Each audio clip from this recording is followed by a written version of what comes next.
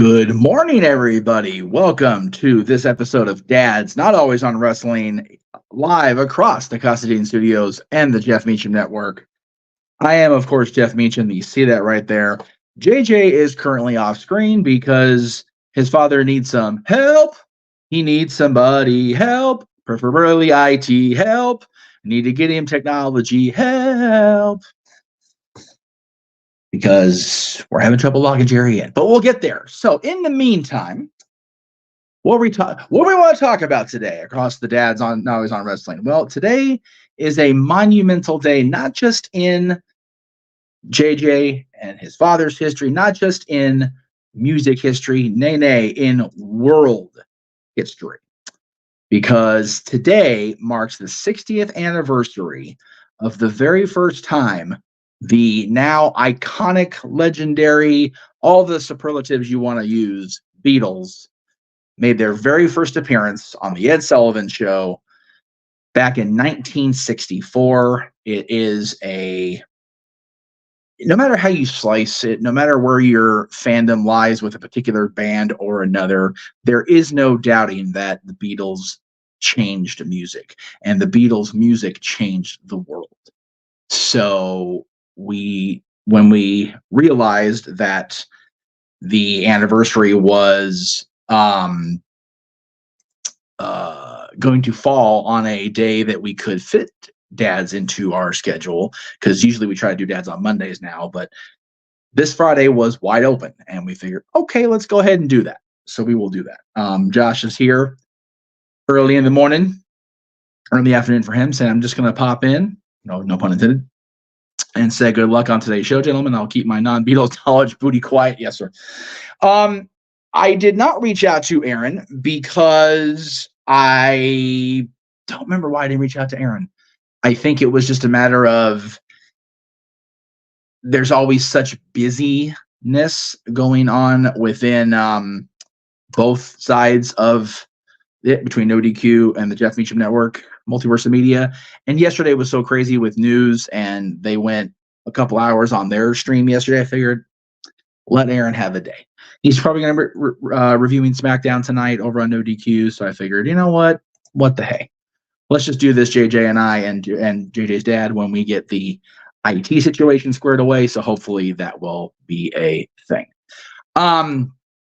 Again, we knew that this anniversary was coming up. We knew that we wanted to honor it, and the entirety of the Constantine Studios. We're talking about JJ's dad going back, and JJ and Sapboy and Teresa and everybody. They're all such fans and have been as long as I've known them, and even before I even met the lot of them, that we knew that when the anniversary was coming up, that we were going to do our best to go ahead and get rid of that.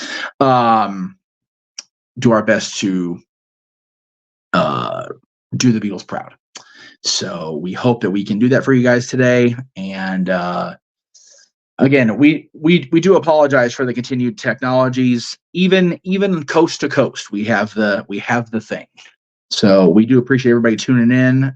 We know it's an off day, but we will definitely, hey, there he is. Ladies and gentlemen, the Renegade himself, JJ Williams.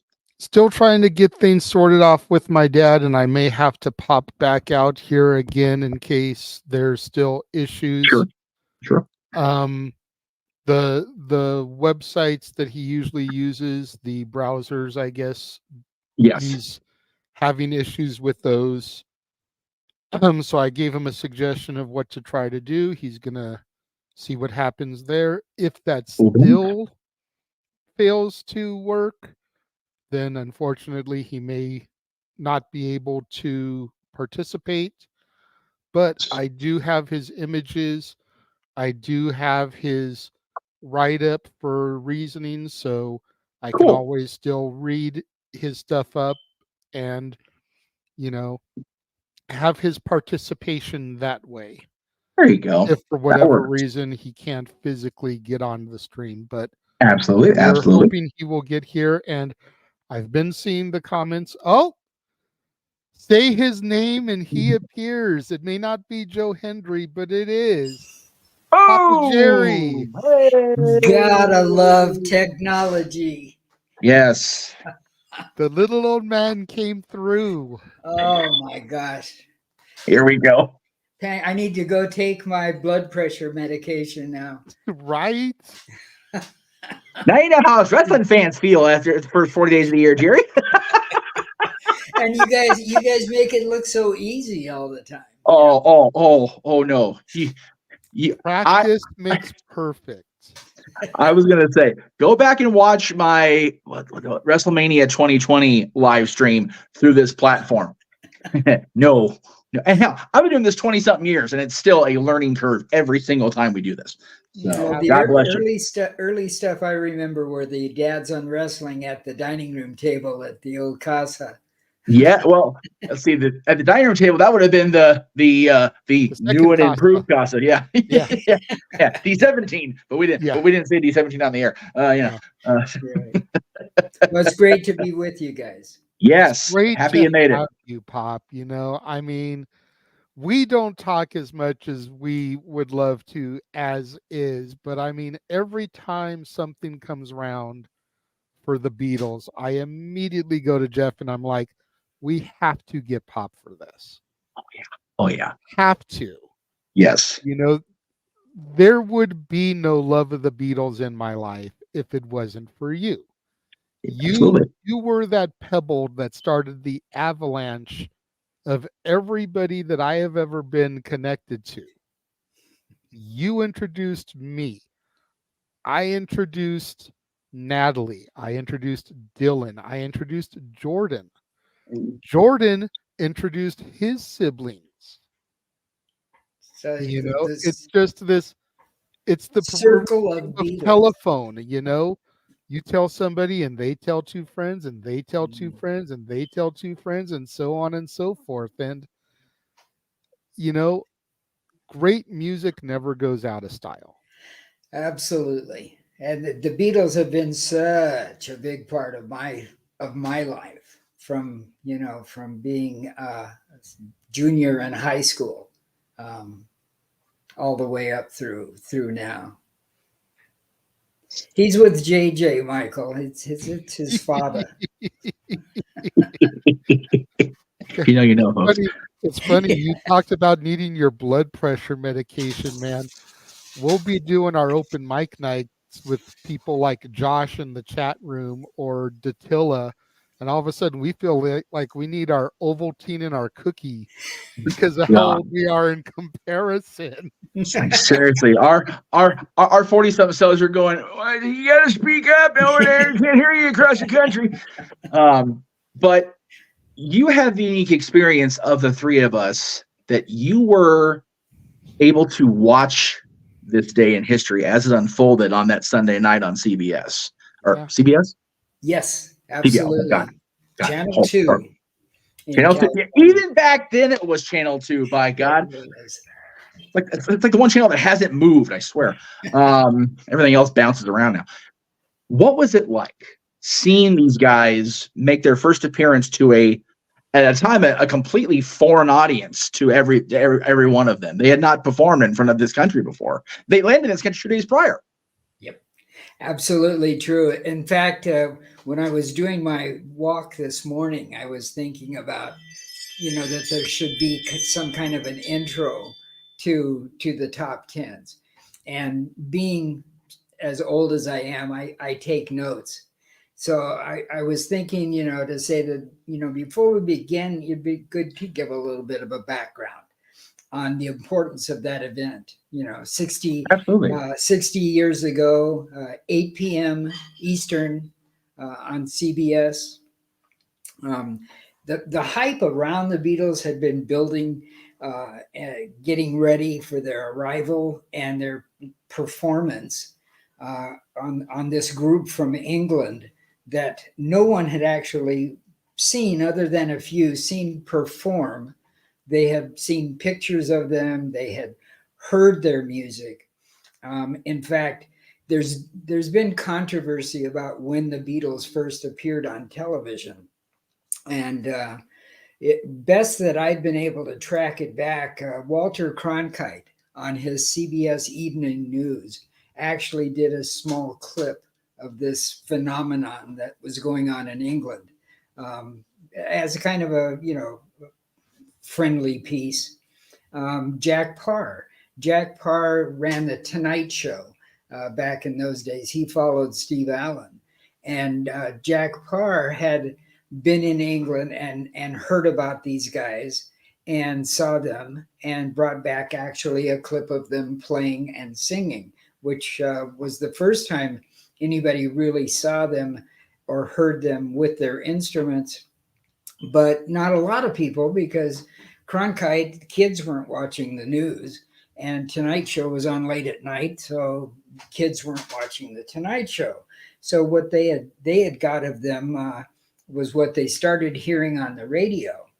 And a DJ in New York named Murray the K was a big-time New York disc jockey, started playing their songs, and so kind of built more of the hype towards the arrival at LaGuardia, where there were thousands and thousands of fans to meet them, and finally get to see them in person.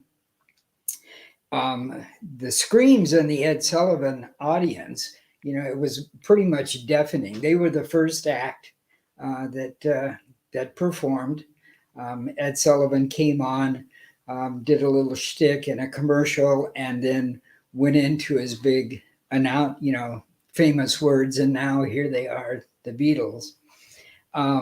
So you can only imagine the energy in that theater, filled with teenage girls that were about to see and hear this group that they had already fallen in love with play in person. At that time, the Sullivan Show was the most watched program on television. Every Sunday night, living rooms tuned in to Ed Sullivan.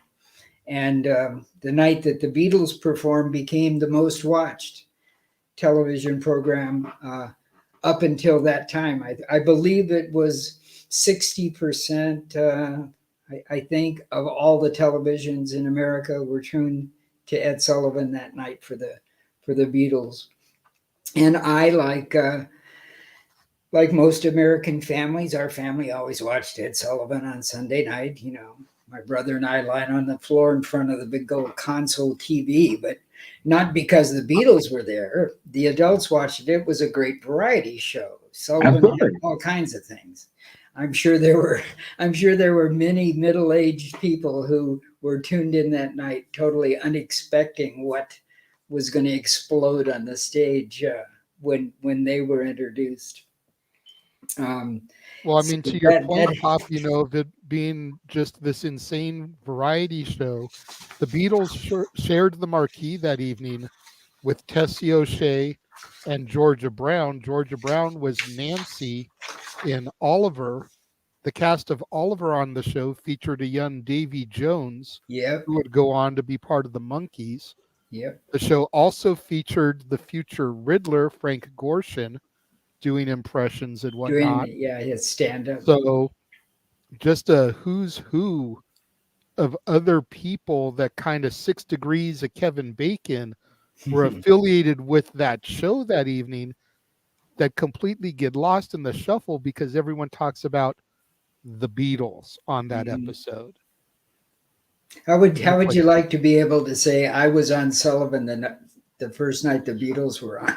Right? It was like, and when you think about the fact that the Monkees were essentially a parody of the Beatles, they wanted to do a television version of A Hard Day's Night. That was the initial concept. And here's Davy, part of the Monkees, who was on the same show with the Beatles, which was not even a thought at that time. No, it was. The serendipity, the connection is just amazing.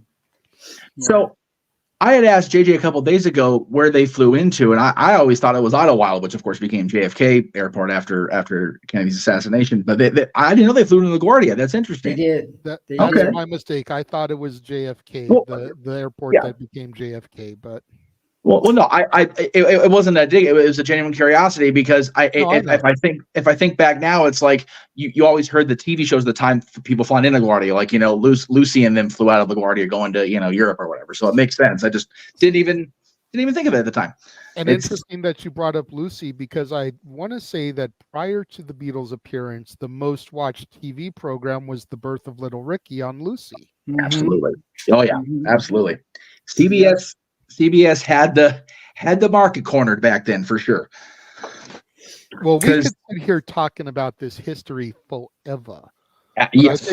And it looks like Walter is enjoying the history lesson, and we love him for that. But yes, let's get to the meat and potatoes here, Jeff. Or I guess since we're talking about some lads from Liverpool, maybe the fish and chips. Well, it's funny you make the food reference because my number 10. Strawberry Fields Forever. And again, I'm going to be ignorant of the facts of the issue just because that's my Beatles fandom. Unfortunately, I do enjoy the music so much. If you don't enjoy the Beatles music, if you are aware of it, like I know Josh is chosen ignorance. Josh, don't even front. But this song is just one of those. It doesn't make a whole lot of logical, coherent sense. It's just a beautiful piece of music, and the words sound like really nice. It's like Strawberry Fields Forever. Just everything's happy, everything, and smell strawberries is always really good. It's so visual. It is. God, that whole album is just like visual. Like, hi, it is up in your face. So. That's how the Beatles music was at that point. It was, the album covers and the imagery was just as important as the music at the end of the day, because it was like just rapid fire up in your business. Trying to wash my mouth today. I was going to say up in your, but yeah. You gotta love songs where you can close your eyes and you can envision a story. We did damn near 4 hours at one point of songs that told stories. Oh my God, right? But at the same time, even when it doesn't really tell a story, you gotta love a song that you can close your eyes and you can still envision what's being said. And you get the vision of a strawberry field, and no one I think is in my tree, and you can get a visual of this lone tree out there in the middle of the field that John loves playing on, and just all the descriptiveness within the lyrics, even if it's not your typical, tell a story start to finish. Yeah. I always liken the imagery that it invokes to writing Soaring Over California, now Soaring Around the World, of course, because God forbid we say, because Disney would pump the smells into the thing, but it's like you could still I'll play the music here now, or play the video, and you can still your sixth sense kicks in, and you just immerse yourself in that moment. And when I hear Strawberry Fields Forever, just the strawberry smell comes in. It's beautiful. I love it. I love the song. Great song. And there's the beautiful lyrical sense of the song, and then connected to what Strawberry Fields actually is. Strawberry Fields was a home for orphan children in Liverpool that John would walk past each day, and was able to pull those words, Strawberry Fields, and turn it into what it became. Once again, shows the genius of the songwriting. There's anybody that can sit there and challenge the absolute genius of the writing of the songs just needs to take a step out. We'll see after the show. My number 9 is She Loves You. I grew up, and both of you guys will appreciate this, being LA based for as long as you were, Jerry. K-Earth. I grew up on K-Earth, either K-Earth or KZLA, the country station. That was playing on the radio every day on the car ride home from work, whatever the case may be. And the Beatles were a oldie back then. Of course, now oldie stations play 80 songs, and JJ and I have to walk to the radio station with our canes going, "Stop doing that!" Seriously, you want to talk about needing an Ovaltine and a cookie? Freaking hearing Nirvana, Smells Like Teen Spirit, and Enter Sandman on K Earth 101. It's like, no. Yeah, I'm glad they finally with that. I'm glad they finally playing Elvis and the Beach Boys and crap. It's like that is oldies. Inner Sandman is not oldies, but then it's like Inner Sandman is 30 plus years old. Yeah. It's as old as She Loves You was when I was growing up in the 80s. Like, it's there, so I can't really make the argument. No, I'm just grateful. Soon there'll be contemporary and oldies and ancients. Yes. Yeah. I was grateful when I was a cast member at Disney. I finally found out that KRS rebranded about 2 years ago. They don't call it Oldies Radio. Okay, it's just the best of the whatever decades. I'm like, okay, if you have a Sirius XM thing, 60s Gold is now where you find the Beatles and Elvis, all that stuff. And Shotgun Tom Kelly still hosts it, by God. So there you go. As he should, man. What's scary is in another 10 years, K-Earth will be playing 50 Cent in the club. And 30 years old. It'll be in that moment where I go, I quit. I just quit everything I do. I can't anymore. Just pull out the vinyl. For real. I have my turntable right here. Exactly. We got my dad a multifunction thing. It's a turntable, CD, cassette, the whole thing. And that's man, vinyls have been coming back for a hot minute. And JJ and I almost, and I say almost because I literally hands were on it, bought the Disney 100 vinyl at the end of 2022. It's like, you know what? We got the freaking thing. Let's use it. Anyway, we're digressing too much. Yes. She Loves You, I think, was the first Beatles song I heard on K-Earth. This is why it made my list. It's one of those. It doesn't even mess around. It just boom, she loves you, yeah, and then they just go right into it. There's no soft melodic, slow build. It's just boom, we're doing the song now. Here's what we're doing, and it catches the audience. It brings them right in. You find yourself leaning close to. Let's see, back in the old Le Mans speaker on my dad's Pontiac. I'm like, man, that's good stuff. So, of course, back in the 60s, it was a different car. But I just absolutely love that this was my intro to the Beatles. And learning later that they had such a range and their discography was so not just the Beatles, I think. And again, you guys will extrapolate on this more than I will later, but the Beatles almost turned rock into pop rock. And I think She Loves You is one of those just pop songs. It's fast paced and it's still brilliant in its own way compared to some of the genius songs that John and Paul get credit for later. It's all about evolution. The early days were very much bubblegum pop rock. Love Me Do, She Loves You, I Want to Hold Your Hand. And as the times progressed and their songwriting skills progressed and what they could do in the studio progressed, the complexity of their lyrics progressed. You put it into perspective of what was popular music at that time. Right. It was the beginnings with Little Richard and Elvis. Yes. And that type of rock.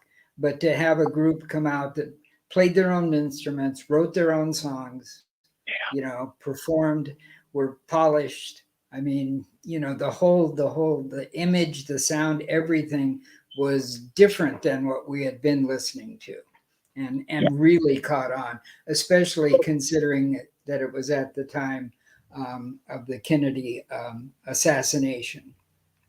It was this country and by proxy the world, because of the impact of John Kennedy's assassination. The world needed something like this, which is why we always say the Beatles changed the world, because they had to almost after Kennedy was shot. It was like the world was in such a down period, and whatever it was. It's less than 4 months later, it's like, oh, we have the Beatles. Let's be happy again. Everybody needed something, especially the youth, and they filled that spot. Yeah, I'm gonna get drawn and quartered for this. My mom was 3 when Kennedy was killed, and of course, at 3, you retain what you retain, right? Mm-hmm. That is vivid for her. My dad was a little older. He remembers a little bit more of it because his parents were so verklempt about it, but yeah, the whole world was just, oh, if this can happen, my goodness, like it could, anything's possible, good or bad. So the Beatles were as timely as they were genius, I think. Mm-hmm. Another one of their more up songs, the pop, bubblegum, as JJ, as you said, is this one, Twist and Shout. I absolutely, this may have been the first one I heard. It's definitely either that one or She Loves You, because they got such prolific multiple plays on K-Earth. And this even before radio stations played the same song 45 times in a day. These two songs got played a lot.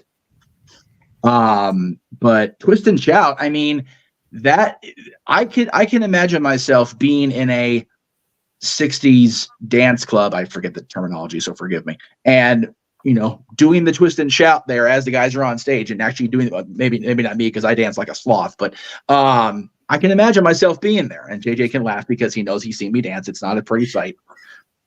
That's why when we get the super chats to sing and dance, I let somebody else try to do the dancing. I get caught up in it every once in a while, but I try really hard not to, because I don't need to scar our viewers for life. It's good. It's terrible. Yeah, right. But Twist and Shout, I mean, it literally encourages you. Mm-hmm. Twist and Shout. It wants you to do the thing. So Twist and Shout is an absolute rocking song, and it usually was the last song that they did in concert. It was their last song. And JJ knows the story mainly because when John sang it, it just shredded his voice, the screaming of the lyrics. Right. That by the time he really got into and sang that song, he was pretty much done. And so, yeah, it's a definite get you up on your feet moving song. Yeah. I think this next one's one of those that the Beatles knew. Again, they were such geniuses. They knew at the time that they were coming in where, as much as the country and the world needed to have up tempos and happy stuff, we also needed reflection. Yesterday, and again, I'm going to probably go out of order just because I have the notes keep coming up in my head as I'm reading them. Yesterday is just one of those songs that each time I hear Yesterday, I hear something new, whether it's a note of the music I didn't really catch on before, in my youth, or, the way the song was, the way the lyric was presented vocally. And then you hear like the cuts of the songs that are released later. And it's like Yesterday, especially with the way the human brain works, you always, all our troubles really did seem so far away just in the past. But that's where they need to be. The troubles need to be in the past. And as long as we can sit here and have a moment to reflect on it, we can move forward. We can, as well, encourage us to keep moving forward, because that's all we can do. But, Yesterday, they seem so far away. They're still here, but we can process them. I love the message of it, I guess is what I'm trying to say. Yes. Yesterday is, one of the beautiful songs that they wrote, and a timeless song. Because absolutely. A pop artist today could record Yesterday, reworked only very slightly, and could still have a hit with it.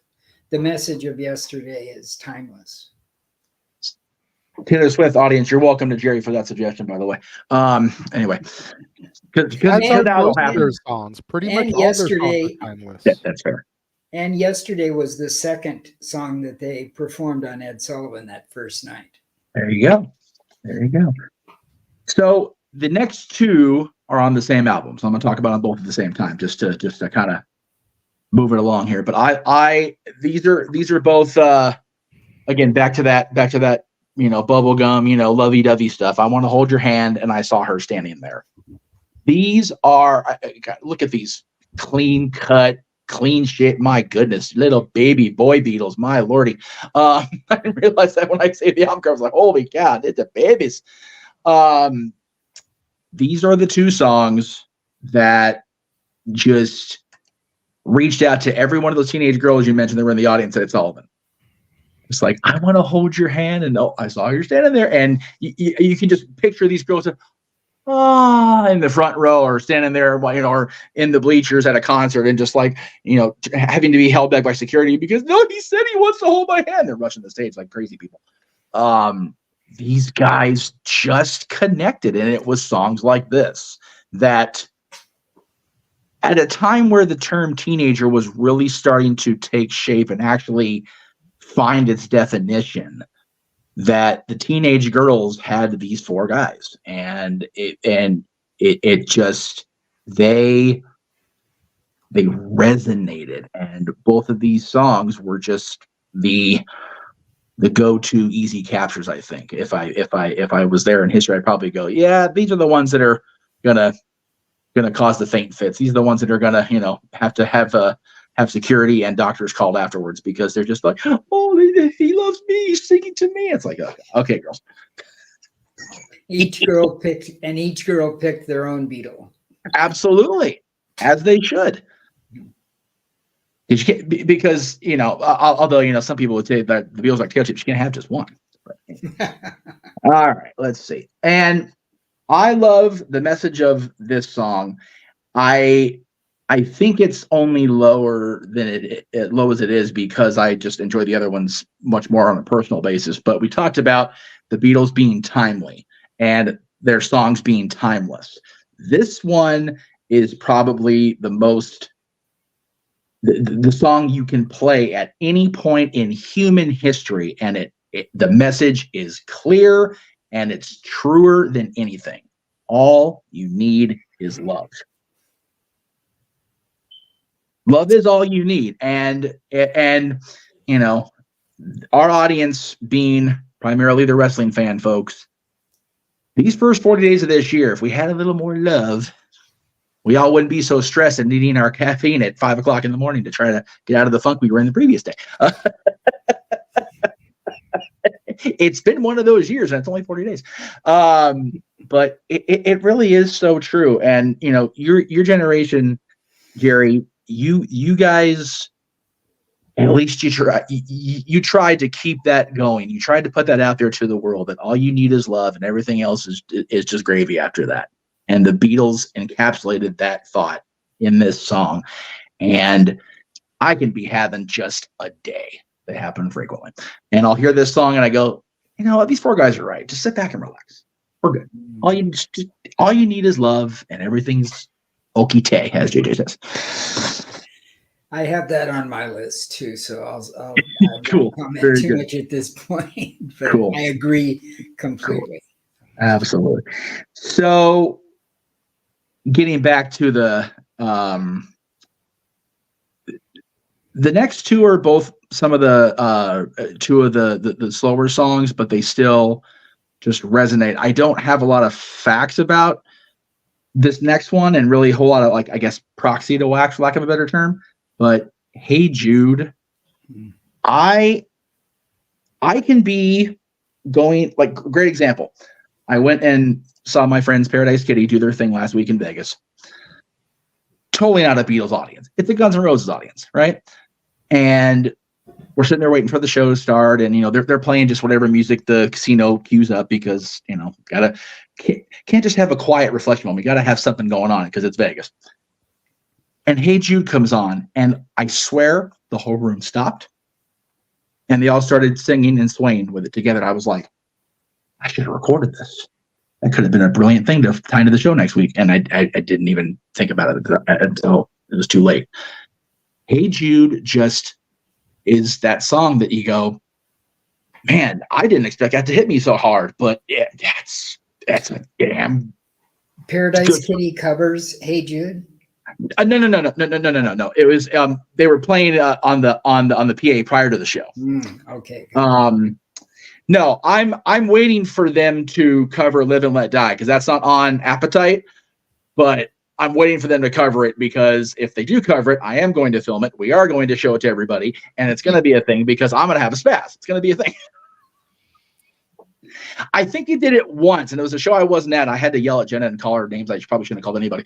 And I was like, you got to tell me these things. But and names that you are probably the only person that could get away with calling her. This is accurate, which is why I'm able to go to the show tomorrow and not, worry about what I just said, because now it's going to get out there. I'm going to be probably, like, entertainment. Hey Jude kind of sneaks up on you. It does. It does. Especially when you realize why it was written. And I know it's going to come up later, so I will let it wax proxy on later. But since you said that you didn't really have the deets about it, we'll let the teacher teach the student. Yes. So with that being said, so what you're saying is, since you have more information on it, we'll go ahead and let it be for now. Yeah, there you go. There we go. Nice segue. Transition. Let it be. I say it in my everyday life, that chorus. I do. Just whisper words of wisdom. Let it be. I have an almost 16-year-old son. You guys can relate. Let it be, boy. Just no. It's okay. That's what the whole song is. It's just no. It's freaking Dr. Evil. Nope. And you get there. The message gets there. The only reason it's not my number one is because my number one is what it is. And I'll definitely elaborate in a second, but let it be. I think if any one song from the Beatles would be how is it not in your top 3 songs, period, explanation, it would be Let It Be. Just because Let It Be can find a way to resonate with every single being on this planet or any other planet if we find life elsewhere. Because it's so true. Just let things be, let it be, and they will unfold the way they need to unfold. An interesting side note about Let It Be is that for years and years, as I listened to the first lines of the song, in times of trouble, Mother Mary comes to me, I always thought that he was referring to Jesus' mother, Mary. Sure. And that it was a religious reference. However, it is not. It was his mother. His mother's name is Mary. Oh, that's right. In times of trouble, Mother Mary, my mom comes to me. Yes. Mom tells me, let it be. It's going to be okay, son. Just let it be. When I saw it in that light, it took on a whole new meaning to me. Mm-hmm. Yeah. Realizing that it referred to his mother. Because then you just throw the Mary part out, and it's like, in my times of trouble, my mom is there for me. Exactly. And especially knowing what your relationship was like with your mom, my grandma, may she rest in peace. But it totally makes sense. I know she is. Sorry, hearing that today's the anniversary of my grandmother, so I'm just like, okay, bring it back. Sorry, had a happy time. Had a moment there. Professional. We'll let it be and move on from there. Exactly. So my number one is my number one favorite Beatles song for all the wrong reasons. I didn't hear them do it first. I heard Aerosmith do it first. And then that was one of the songs that, even though it's not a Gun song, the Paradise Kitty did years later. And I take it back. It wasn't Paradise Kitty. It was one of the other bands that Jenna was in, but it was still Jenna's voice. So I didn't hear the Beatles version first. I did, of course, hear it before I heard Jenna sing it, because again, chaos was a thing. But my number one favorite Beatles song was Come Together. And again, I heard it so often, and the lyrics are the same, but just the difference in the way Steven and the boys did it, and then hearing the original version of like, man, this song cuts deep, and I love it. It's such just a kick-ass song. And then hearing my oldest and dearest friend, of course, back then it was only a year relationship compared to years that it is now.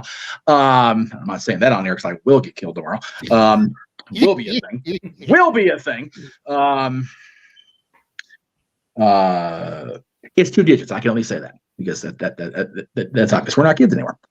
But hearing the complete different vocal ranges cover the same song and have it just smack right in the forehead, right between my eyes almost, just is powerful for me. This song just hits me at every point, every single time I hear Come Together. And that's why it's my favorite Beatles song. It rocks. It does.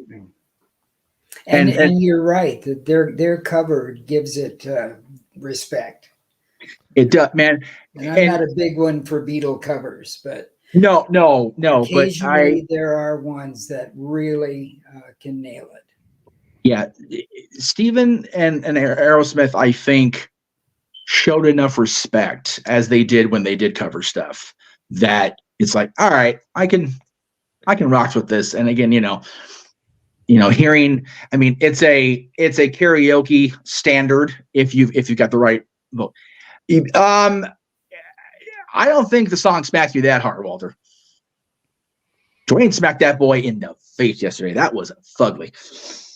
I heard that. I felt that from here, and I'm not that far from Vegas, but JJ's even closer to Vegas than I am. I'm sure he felt it harder. But yeah, it was a really cool thing to learn that wasn't Aerosmith's first. Yeah, and it's like, man, Aerosmith did Beatles a solid here because that's a damn good cover.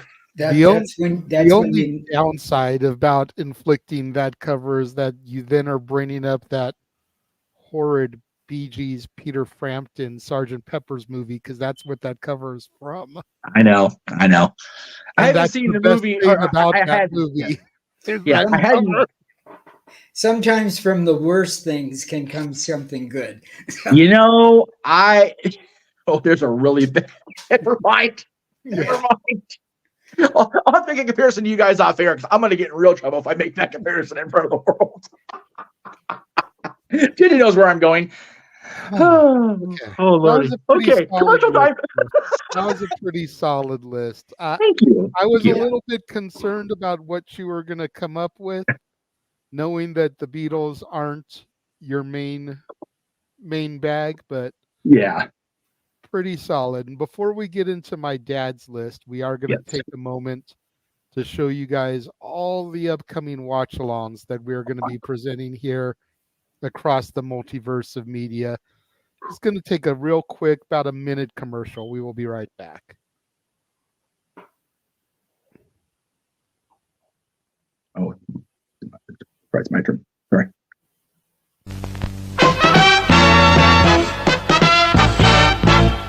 And now, Poodoo. What happened? My bad. What happened? I switched the thing over. You did the thing. My bad. And now, preview time. So let's take a look at what's coming your way.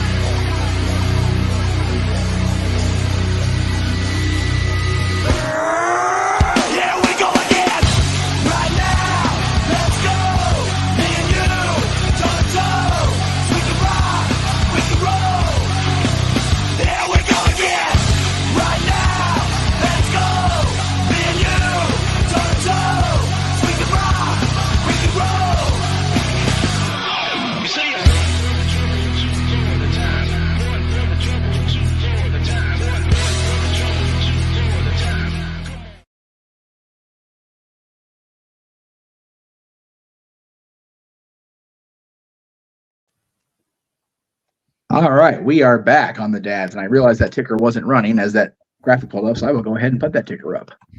There you go.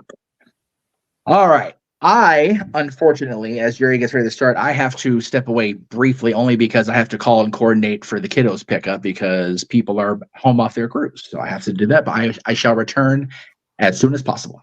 I would just say that your list, Jeff, I think if we pay attention to each other's lists, I think we're going to learn more about each other. I love that. Because That's we're great. listening to the songs that each one leans to, where some crossover we're all three going to like. Otherwise, I think it helps me get to know you better by knowing the songs you picked. And that's what the Beatles, that's what music's supposed to do, is bring people together over commonalities. I love that. That's a great message, Jerry. I shall be right back. All right. Well then, go ahead, sir, and begin your list whenever ready. I have your graphics all set. Well, this is kind of nice, just being the two of us for a few minutes anyway. Yes. As you know, I tend to take my notes, and most pulled from my head, but so that I have them when it's time to use them. So some of it may be more like a professor talking a little bit, but I've tried to keep them short. So with that disclaimer, my number 10 was also on Jeff's list, but my number 10 is She Loves You. And it's She Loves You because it was part of the first set performed on the Sullivan Show, along with All My Loving and Till There Was You. That was the first of two appearances that they made. She Loves You being the third song in that first set. The moment that I heard the last note, the last chord, the last vocal harmonization of that song, the last yeah, is when I was hooked, because I had not heard that before. That was different from the music that I had heard before. She Loves You was released in the UK actually on August 23rd, 1963. And in the US, it came out initially on the Swan label because they didn't have a record company in the US. And that was in September 16th of 63. Didn't get a lot of notice, didn't get a lot of attention until after they played it on Sullivan. Once Sullivan, then it became a nationwide hit. And ultimately, it replaced I Want to Hold Your Hand as the number one song on the Billboard charts. That was in March of 64. So much of happening with the Beatles happened between February and December of 1964, and then into 65, because they just literally exploded onto the music scene. She Loves You, although it was one of their first singles, didn't appear on an album until the Capitol album, the Beatles' second album, is the one that had She Loves You. And that replaced, interestingly enough, Meet the Beatles, their first Capitol album, at number one. So they were starting to dominate the charts almost from the beginning. My number 9 song comes a little bit later, and it's Beatle fans know the song. The song is called Norwegian Wood. Norwegian Wood has also been called This Bird Has Flown. Bird was a reference in England to a girl. Hey, look at the birds. That meant, hey, look at those girls over there. And it was released in 1965 on the Rubber Soul album, which that's a cover shot from. And I loved those leather jackets when that cover came out. The picture of their faces were so soft. It was really well done. John Lennon was the primary writer for Norwegian Wood, and he finished writing the words with Paul McCartney. As often happened with Beatles songs, one of them would have pretty much the song, and then the other one would jump in and help fill in the middle or change the instrumentation a bit. And it was the very first time that a rock band had used a sitar, the Indian instrument, multi-stringed instrument, on a rock song. George Harrison played it. He had been learning it after he found out about it. And Rubber Soul was another one of the group's revolutionary albums. It was released December 3rd, 1965, which was just happened to be the day after my birthday and the year that I graduated from high school. The lyrics it's said that the lyrics to Norwegian Wood was kind of giving a nod to Bob Dylan lyrics. John Lennon was very taken by Bob Dylan's songwriting, poetic songwriting, and kind of patterned Norwegian Wood after a Bob Dylan song. I could see that. Number eight on my list is Magical Mystery Tour. The song is chosen for this spot on my list. The song is chosen, not the Christmas in England TV special that it was made for. Magical Mystery Tour as a film is at the least incredibly strange, because some good music comes out of it, as you would expect with the Beatles, but not really that. It's a difficult film to watch. But I love the layers of the song. You know, it calls to us to roll up and be taken away on a magical, amazing adventure. For me, this is the Beatles. That's what they did for me. They rolled up into the U.S., and from that moment, I went on an adventure. I went on an adventure with them on a tour to different types of music to listen to and different instruments, on a magical mystery tour to how to dress.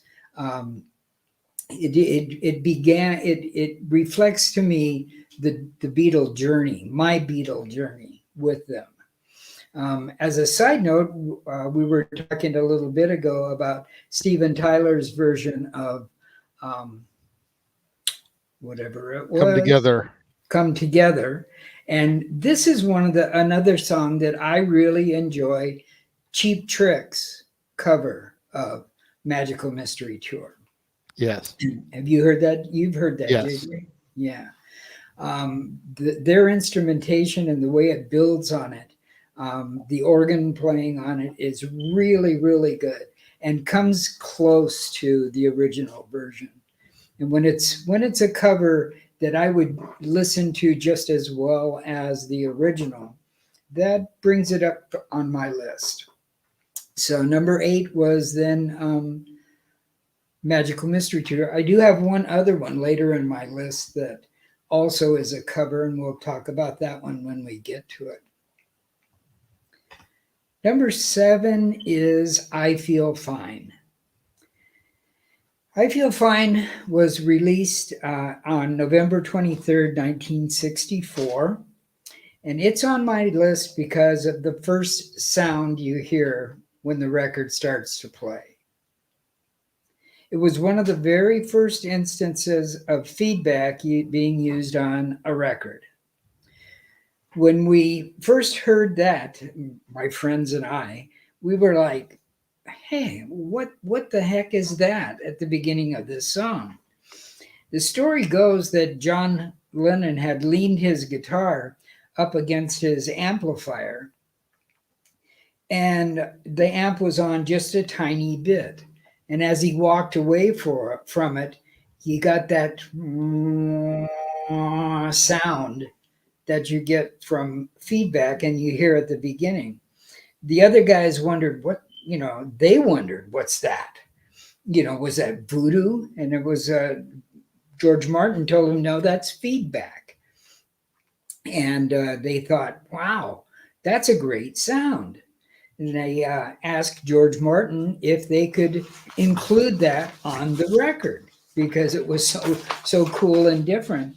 And he said, his exact quote was, well, I suppose we could. We could edit it onto the front of the song.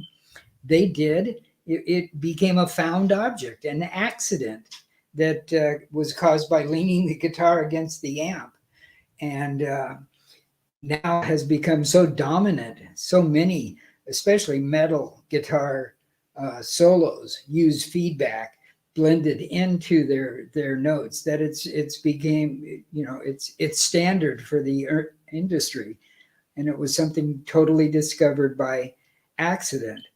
The song was only originally released as a single, not on one of their standard albums, although it has come back onto a lot of compilation albums.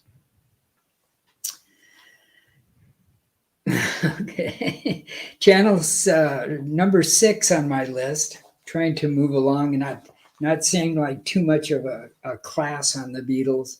No, it's all good. I mean, number one, you're a teacher, so it's to be expected from you. But yeah, I mean, I feel fine.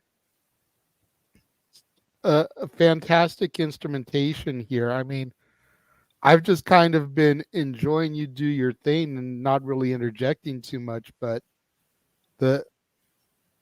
all of the songs you've picked so far, you told me in private that some of them may surprise me, and I gotta admit, some of them did surprise me. Some of them not so much, but like I Feel Fine, Magical Mystery Tour, I wouldn't have pegged for your list. Some of the others, yeah, definitely, especially as we get closer to number 1, but definitely some interesting choices that you brought for us here today. Well, when you look at a catalog of hundreds of, if not thousands of songs, tens of albums by a group that I love, to say, what are your top 10? I mean, when, excuse me, when you have a group that every song, excuse me. Take your time. When you have a group that arguably every song on every album was a good song, yeah, it becomes very difficult to pick 10. So you kind of, in my case, I kind of bring in personal connections to them in one way or another. Somehow, how they personally touched me. They may not all be musically, the greatest songs that they wrote, or lyrically, but something about each of the songs touched me, and that's how I came up with my list. I mean, it makes perfect sense. I took a similar approach to my list when we get there. And then also having seen your list, I knew that I could not double down on those and just kind of say what I might want to say about those when you discussed them. But yeah, I mean, if you look at the archives, I think people say there's 217 Beatles songs, which doesn't sound like a lot, but when you figure, 14 songs an album, 10 to 12 albums, the math adds up about right. Then you got the singles and whatnot, but 217 songs, and then someone like us who loves every single one of them, like trying to narrow 217 down to 10. It's just a chore. And then take it at 10 and bring that 10 down to 1. Yeah.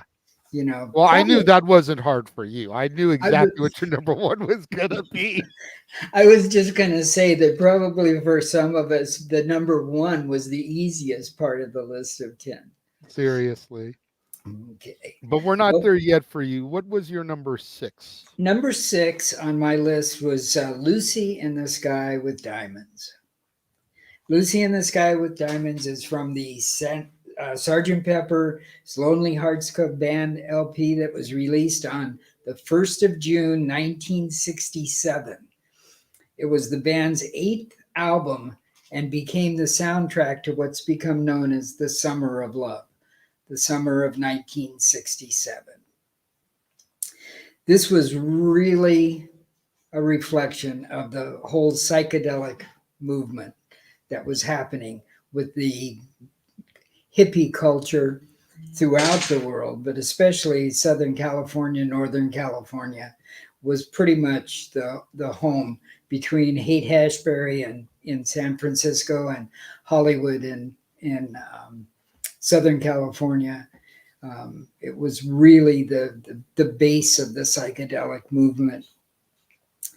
The imagery of this song, as we talked about with Strawberry Fields earlier, the imagery of this song, it virtually takes you away to a magical, colorful, happy place. The off-tone story about the song is that a drawing by John's first son, Julian, Julian brought it home from school and showed it to John, and John looked at it and asked him what it was, and he said that it was Lucy in the sky with diamonds. Well, he took that inspiration from that song and turned it into the song using imagery that Julian had used in his picture. But it didn't take long before listeners jumped on the first letters of Lucy and Sky and Diamonds and converted that to mean LSD, that this song was all about the psychedelic visions of an LSD trip. Most everyone has their own opinion about that. John always denied that the song was about a drug, that it was simply based on the picture by Julian. And so everyone can make their own opinion of it. I listen to it as a lyrical masterpiece, and hard to not take the voyage with him. Yeah, I firmly believe that it was Julian's image that inspired it. I know a few years back, maybe closer to 10 years, I don't really have the math in front of me, but I know that the girl Lucy passed away, and Julian made a song called Lucy and put that artwork on the cover of the single so that it was finally kind of like out there for the world to see. You know, this song is about the girl that is in this picture that I drew. But then you watch the Yellow Submarine movie and you see the Lucy segment, and it's like, I can understand why people think it's about LSD too. You know, it's like that segment in the movie didn't do a whole lot to dispel rumors.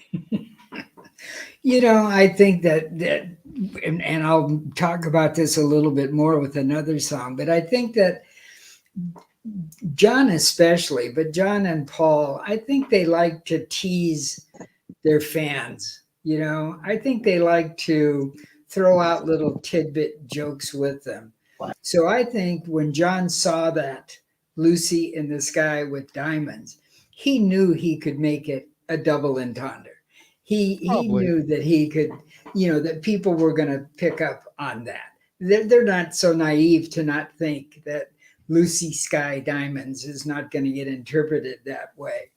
And if it helps sell records, well, good for them. It did help sell records. That's fair. Going back to that. Welcome back, Jeff. You've made it about the halfway point in Pop's list. I had it on low volume here in the corner while I was making my. I try to be unnecessary phone calls, but of course that's the way my life is with my ex. Anyway, so yeah, I love the Cheap Trick reference because I know Natalie's maternal side and his family loves Cheap Trick, so that was cool to hear them referenced. Good list so far, as I knew it would be, Jerry. Cheap Trick live at Budokan is one of the best albums around. Cheap Trick was a unexpected, because I never heard of them until they did a set at the Long Beach Grand Prix one year. Couldn't remember what year it was. Forgive me, I'm no. But man, they were like, I was like, where have these guys been? And Tracy looked at me and she goes, "Here, you just don't pay attention." Oh, okay. There. Good stuff. Yeah, and I didn't. That was a very valid point you made, as she often does. So I'll finish off Lucy here. Oh, yes. This is the other song that I mentioned that there's a cover version of that I love just as much as I love the original. And that's by Elton John. Elton John's cover of Lucy is amazing. Amazing. You need to listen to it with the volume up and headphones on, and sit back, close your eyes and take the trip to listen when you listen to that one. And as a side note there, John actually did it with Elton. Elton was stage. performing in a concert in New York and At the John Garden, I believe. Hmm? At the Garden, I believe. Yeah, at the Garden, exactly. Yeah, came up on stage and they sang it together. A cool thing about the album Sgt. Pepper's Lonely Hearts Club Band is that we knew it was going to be released. There'd been a lot of talk about this album and the songs, and a couple of the songs, as usual, had been released early to the radio stations, to kind of get people hyped up for the LP coming out. So my roommate and I went to a place called Lewin's Record Store on Hollywood Boulevard in Hollywood on June 1st. And we waited in the store for hours for the album to be delivered. Finally, the delivery came, and I purchased both the English version and the American version of Sgt. Pepper, the EMI Parlophone and the Capitol. That day, I still have them both, and it is, and for all time will be, my most favorite album. I cannot tell you. I have the albums, whether they still play or not, I couldn't tell you, because if you can wear out vinyl, that album was worn out. Yeah, that's definitely a solid choice, solid album. I want to piggyback on your covers comment real quick, because the original version, the Beatles version, I don't have on my list, but probably my all-time favorite cover of a Beatles song, and this is where my mom comes into play, John Denver's version of Mother Nature's Son. For some reason, when I hear Paul sing it on the White Album, it comes off to me as just another song that was recorded to make an album. When John Denver sings it, I believe it coming from him. Just something about the translation there. Right. That makes sense. It applies much more to, a boy from the country than it does from a boy from the ship docks in Liverpool. That is, you're right. That is a great cover also. But Number I just 5. wanted to get that out there. I felt like I'd be remiss if I didn't get out there, considering the original didn't make my list. I'm glad that you did, because that reminds me that is another one of the few covers that I appreciate. Number 5 on my list is Hey Jude, which I believe was on Jeff's list. Sir. Yes, sir. Yeah. Toward the top. The tippy top. And Hey Jude was released. The uppermost, Johnny. Yep, that's where we're going. Where are we going, boys? Hey Jude was released as a non-album single in August of 1968. Written by Paul for John's son Julian, originally titled Hey Jules. Right. To comfort him during the John and his first wife Cynthia's divorce. Yeah. It's while John was spending more time with Yoko and not with Cynthia. He started it with the idea, Hey Jules, which was Julian, don't make it bad. Take a sad song and make it better. Hey, and thinking, hey, try and deal with this terrible thing. I know it's not going to be easy for you, but it's never easy for kids, Yeah.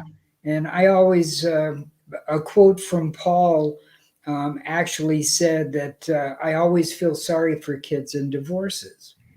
And I think that's true of all of us, anytime grown-ups grow up and feelings change, but it's hard for us to see it through their eyes unless we experienced it. I was very fortunate that I never had to deal with that. My parents were married for 73 years before they passed away. Yet everyone else in my family has dealt with it, with either breakups or divorces. And I think this showed, the lyric to me shows what a really, really good, sensitive guy Paul really is. Yeah. Not Paul McCartney, the rock star, Paul McCartney, the guy. Yeah. Yeah. He always plays this at his concerts these days. And it is quite inspiring when all of the thousands of fans start to sing along with the na, na, na, na, na, na, na.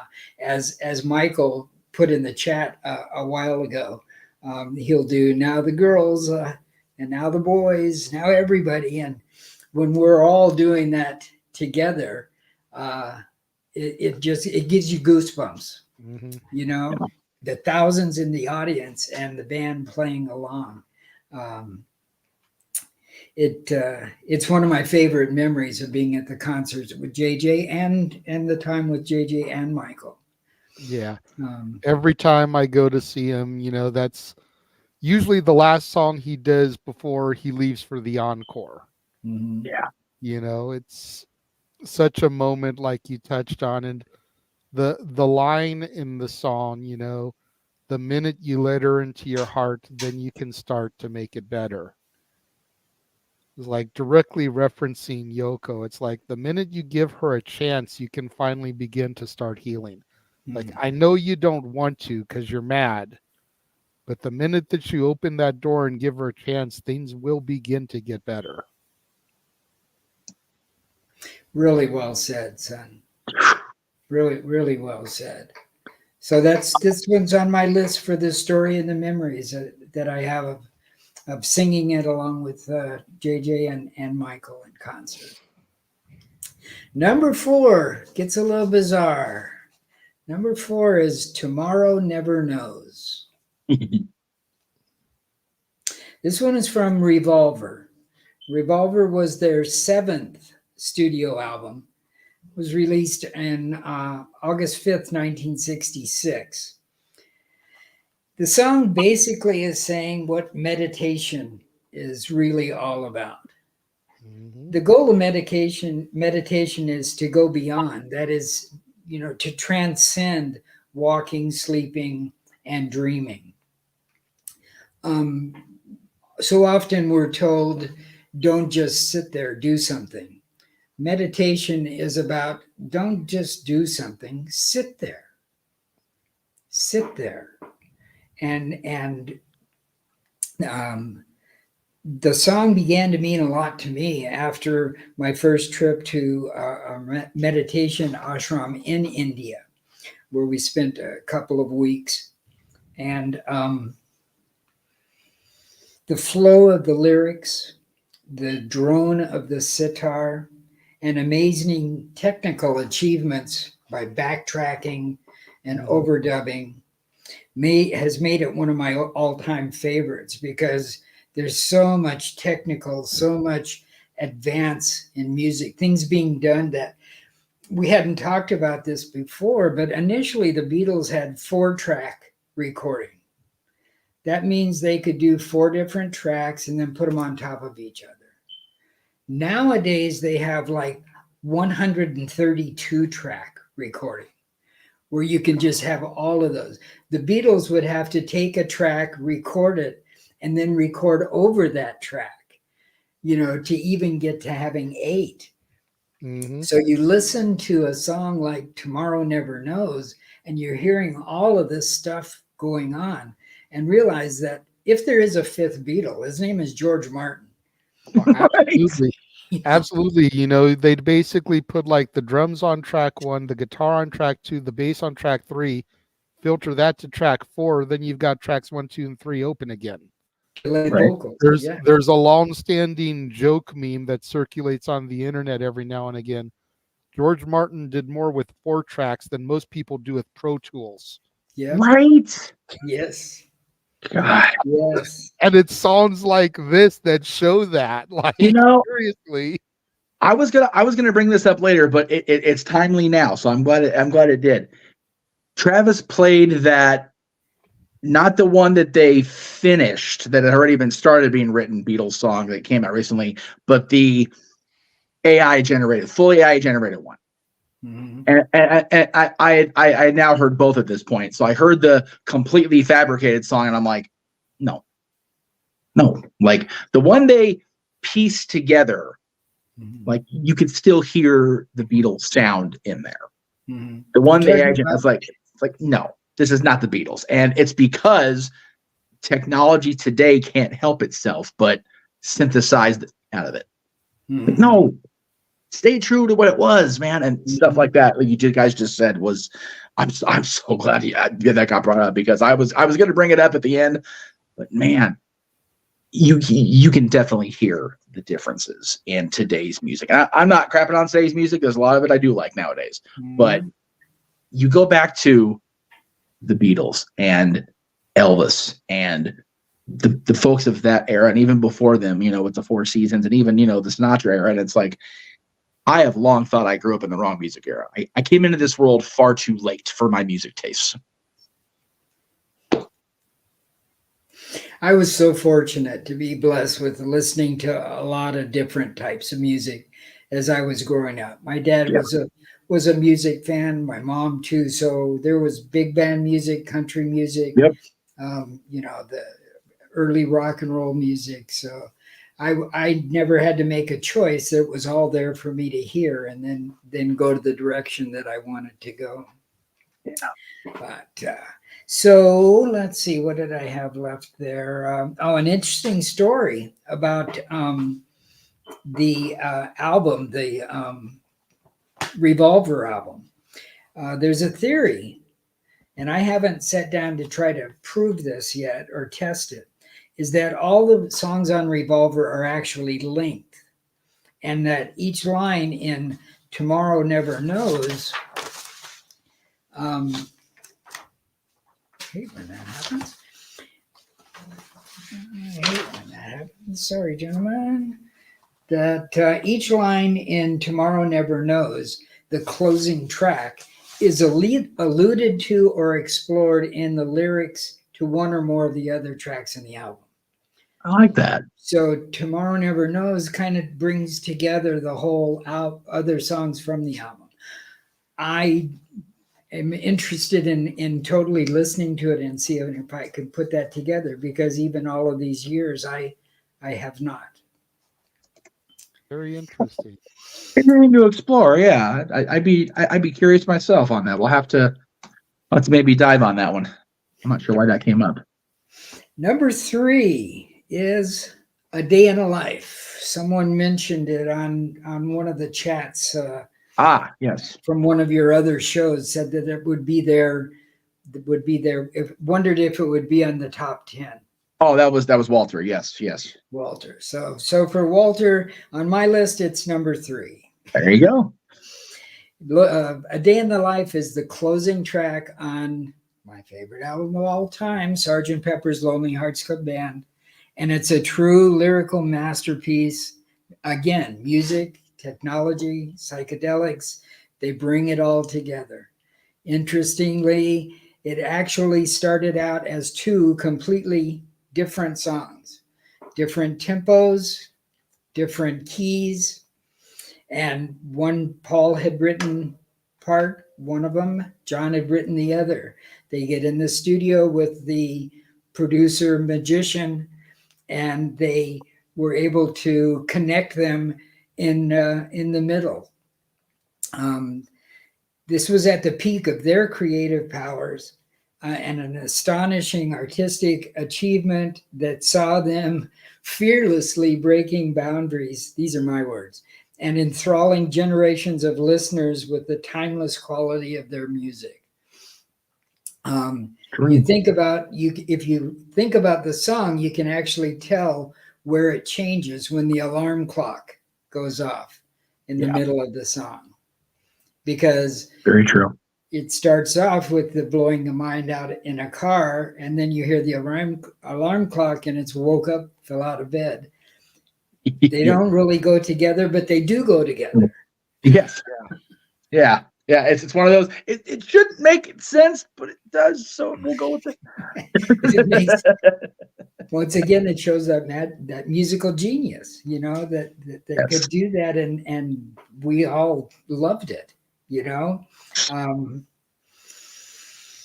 I can remember this another story from the past days. With the day that we were at Lewin's music store and bought the Sgt. Pepper album, we obviously, as soon as we had them in our hot little hands, we jumped back in probably my 1959 Ford station wagon at the time, drove back to Hermosa Beach to the apartment, immediately put it on to the turntable and started playing it. And I can remember lying on the floor of the apartment in Hermosa Beach, listening to A Day in the Life for what seemed like forever. The song, because of listening to the song and increasing the volume as the last chord hits, that chord that seems to just last and last. And as long as it is, you want it to be even longer. Right. So you keep turning the volume up at the end of it to get the most out of it. This song was part of the Paul is dead rumors. Yeah. There was a whole movement about Paul McCartney had died, and this song is what supposedly he was killed in a car accident. Right. He blew his mind out in a car. He didn't notice that the lights had changed, and that after his death, they found a double for him to take his place. Billy Shears. Yeah, exactly. To take his place. And as I said before, I kind of believe, although they denied that there was any of that, that was all just baloney. I think they were active participants in perpetuating some of this stuff, because they like to play mind games with their fans and listeners. And like I said before, it sells records. Yeah, I think that when the fans first started to try to grumble about it, they were like, "This is bullshit that these people are talking about." But then when they started to realize that they could make money off of it, they're like, you know what? Let's just have some fun with this. Yeah. And It's then one of those things like the black rose in Paul's suit in Magical Mystery Tour, and the crossing the street at Abbey Road and Paul's out of sync and barefoot, and the back of the album, Sgt. Pepper. Yeah. Three-face front, Paul's that has his back turned. Right. George is pointing at Wednesday morning at 5:00 when the day begins, which if you called the phone number on the front, which Beatles upside down was a phone number, you would get the latest updates, on Wednesday morning at 5:00 as the day began, what the latest stories are. The outer band just before the label, if you played it backwards, it said, "Turn me on, dead man." Turn me on, dead man. And the revolver color, Paul's it was the only one looking the other way. Like, there's so many different things. It's fun. It made it so much fun. Yeah. People started to look more and more clues. Mm-hmm. The mind can be a clue if you look hard enough. The mind games the Beatles played compared to combined with the mind altering stuff of the 60s anyway, made for a fun time. Guilty. I wouldn't get thrown under the bus, even the Magical Mystery Tour bus, but number 2. Yes. Winding it down here. Number 2 for me is, it's actually a 3-song combination. It's called The End, but it's a trilogy of songs that are all linked together at the close of the Abbey Road album. That was released on October 1st, 1969 in the U.S. The 3 songs are Carry That Weight, Golden Slumbers, and The End. this trilogy has a really rocking guitar riff in it, which actually is played by Paul. And it's the only Beatles song that features a drum solo by Ringo. And he really rips it. Interesting story about that is when they chose Ringo to join the Beatles, they were concerned that if they were going to end up with a drummer that always wanted solos. I mean, drummers sit in the back, so they kind of want their shine, and a lot of drummers want to be a front man. So they're always wanting whatever they write, they want to be able to have a drum solo in it.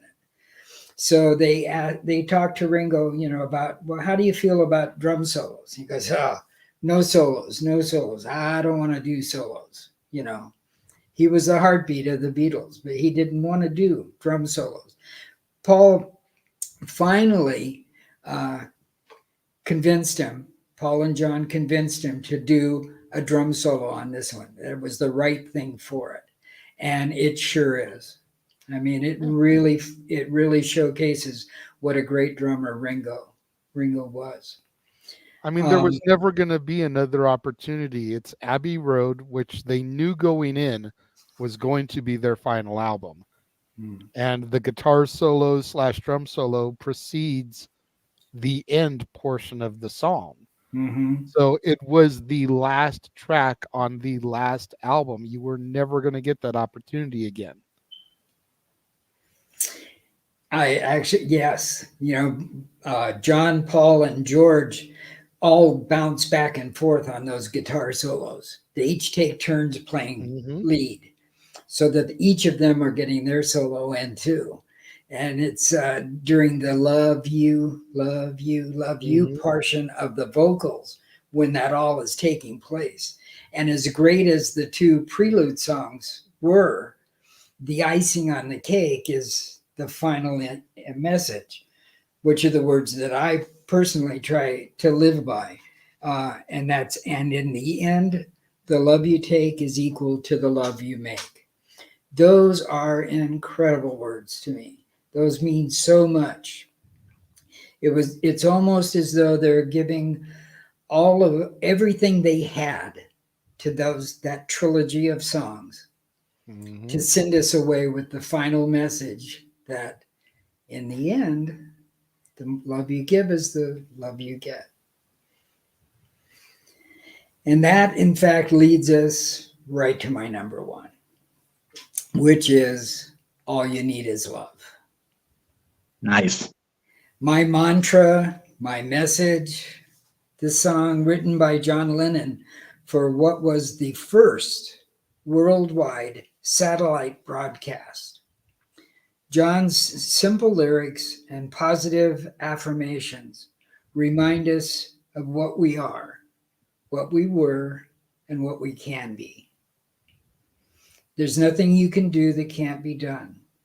Nothing you can sing that can't be sung. Nowhere you can be that isn't where you were meant to be. It's easy. It's easy. Yes. All you need is love. Our world now, more than ever, these last years, I don't know what's happened to the world we thought in the 60s would become, because it has become almost the complete opposite of what we prayed and believed would happen. The whole world needs to embrace that message now, just as much as we did then, if not more. Because in the end, the love we take is equal to the love we make. Yeah. So simply put, I mean, Yeah. you recited the first verse there, but it's always the nothing you can do, but you can learn how to be you in time. That always gets to me. Yeah. You know, we get it. Sometimes you don't know who you are or who you want to be, but you know what? You're going to learn who you are in time. You just got to be patient. It's been the buzzword of the Jeff Meacham Network and the multiverse of media for the last few months. Patience. Yeah. Patience, man. Everybody, you have as much time as there is in a day. Yep. And you need to take each day, day by day, and each hour, and always be the best you can be in that moment, because that's what will shine through. Yeah, Everything else will take care of itself. I use preach. It's not the right word, but it's the word that's coming in my head. They drill that into us in treatment. You have to be you. You have to make sure that you take care of you. Whatever needs to be outside of the big flesh covering of the brain will work itself out. You just got to get you centered. And it's such a bitch of a lesson to have to keep learning and repeating over and over again, but it's the truth. And it's love and patience are just so universally unifying if they would just be allowed to be. Another solid list, good sir. Yes. Like I said, some of your choices did surprise me, but as we got deeper into the list, the Abbey Road medley, and especially the end, knowing that you've been living by that for as long as I can remember. Yeah. I was going to call him out on it. Love. Because number 2 was the typical dads. We're gonna do a 3 by time. but it's part of the medley. I mean, the entire second side of Abbey Road is a medley. Yes. But it ends with those 3 songs, and those 3 songs are the ones that Paul does live. Absolutely. He does them live in that order. Right. As they should. It's a beautiful thing. It's one of those. They're not all one song, but they are. Yeah. And then him, Brian, and Rusty trade off on the guitar solo, just like John, Paul, and George did. Yep. Of course, the time when I went to Dodger Stadium, Joe Walsh joined them in the rotation as well. So that's Walsh doing Joe Walsh things. I was gonna say Joe Walsh doing Walsh things takes you back to the 60s, because that's where Joe still is. Did Ringo do the drum solo? No, he wasn't out there for that part, which I thought was a bummer, but it was. Right? What it is. I mean, Joe was out there. Hell, it's family. Joe Walsh and Ringo Starr are family. That's just a 60 sentence. There you go. There. For real. Well, there you go. Well, before we get to my list to bring things home, we're going to run one more small commercial, another little minute commercial. Show you guys where you can find and follow all of us across the multiverse of media. Get your screenshotters ready, and we will be right back.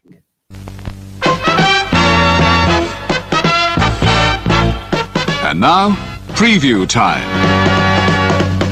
So let's take a look at what's coming your way.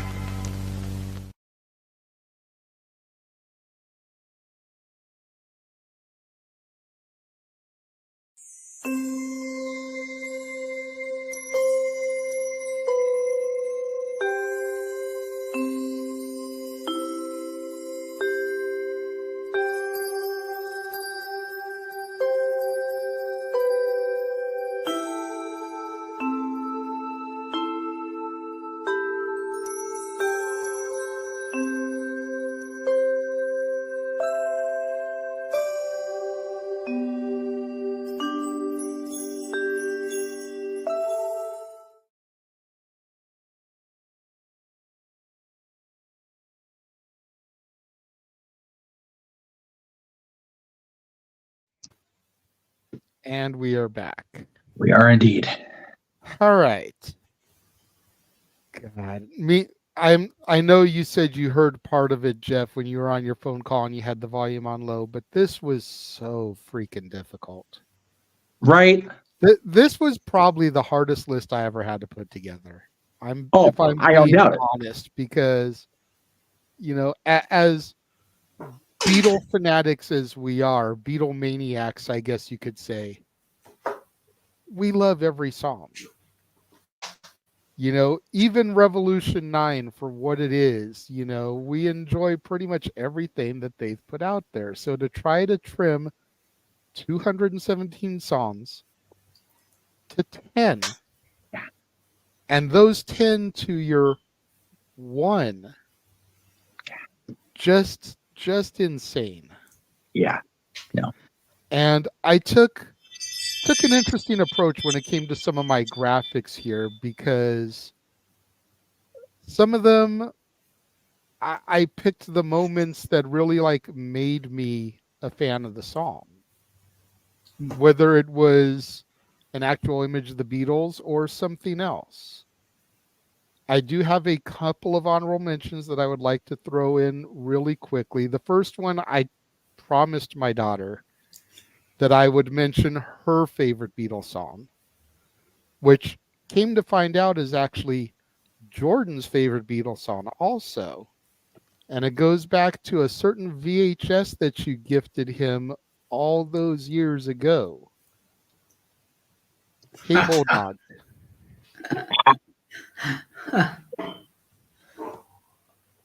Cool. From Yellow Submarine. Yeah. I actually think I remember giving him that. Gave it to him for his birthday one year. I gave him a Yeah. Muppets and you gave him Yellow Submarine. But Hey Bulldog, I mean, we're talking like early stages of heavy metal here with that raucous piano and everything. They weren't calling it heavy metal yet, but definitely gives you that vibe. It was hard rock before heavy metal. Yeah. That's a good way to put it. Yeah. Yeah. Yeah, I agree. I'll close in on that. But I mean, the whole Yellow Submarine movie has always been special because, you know, we talked about the haha of the LSD earlier. Yellow Submarine is like a gateway drug to introducing new generations to the Beatles. You think about kids growing up, and what is it that they watch primarily? Disney movies. What are Disney movies? Animated musicals with lots of bright colors. What's Yellow Submarine? An animated musical with a lot of bright colors. Accurate. So what better way to introduce new generations to the music of the greatest band in history than an animated music with bright colors? And you get a good solid mix of their catalog. You get songs from Revolver, you get songs from Sgt. Pepper, you get songs that were written just for the movie.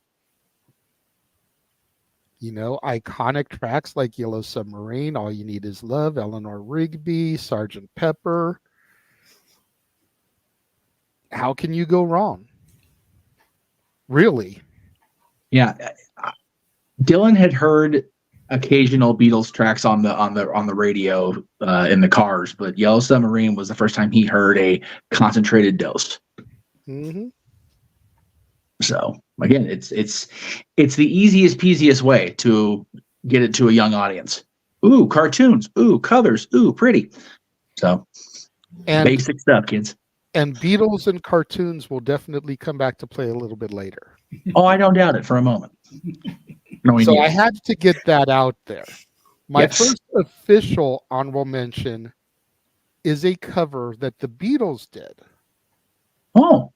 And I always felt that it would have been perfectly placed in the movie for which I stole a graphic from. Okay. Bad Boy for Problem Child. Nice. Child, yeah. I mean, anybody that grew up like me watching Problem Child with John Ritter, how do you not look at Junior and wait for that song to come on in the background during his shenanigans? Right. You can't tell me that wouldn't have been the perfect song for a movie trailer, a montage, something in the movie. Like, seriously. Absolutely. Just absolutely. It fits perfectly. Seriously. Absolutely. It does. No, it really does.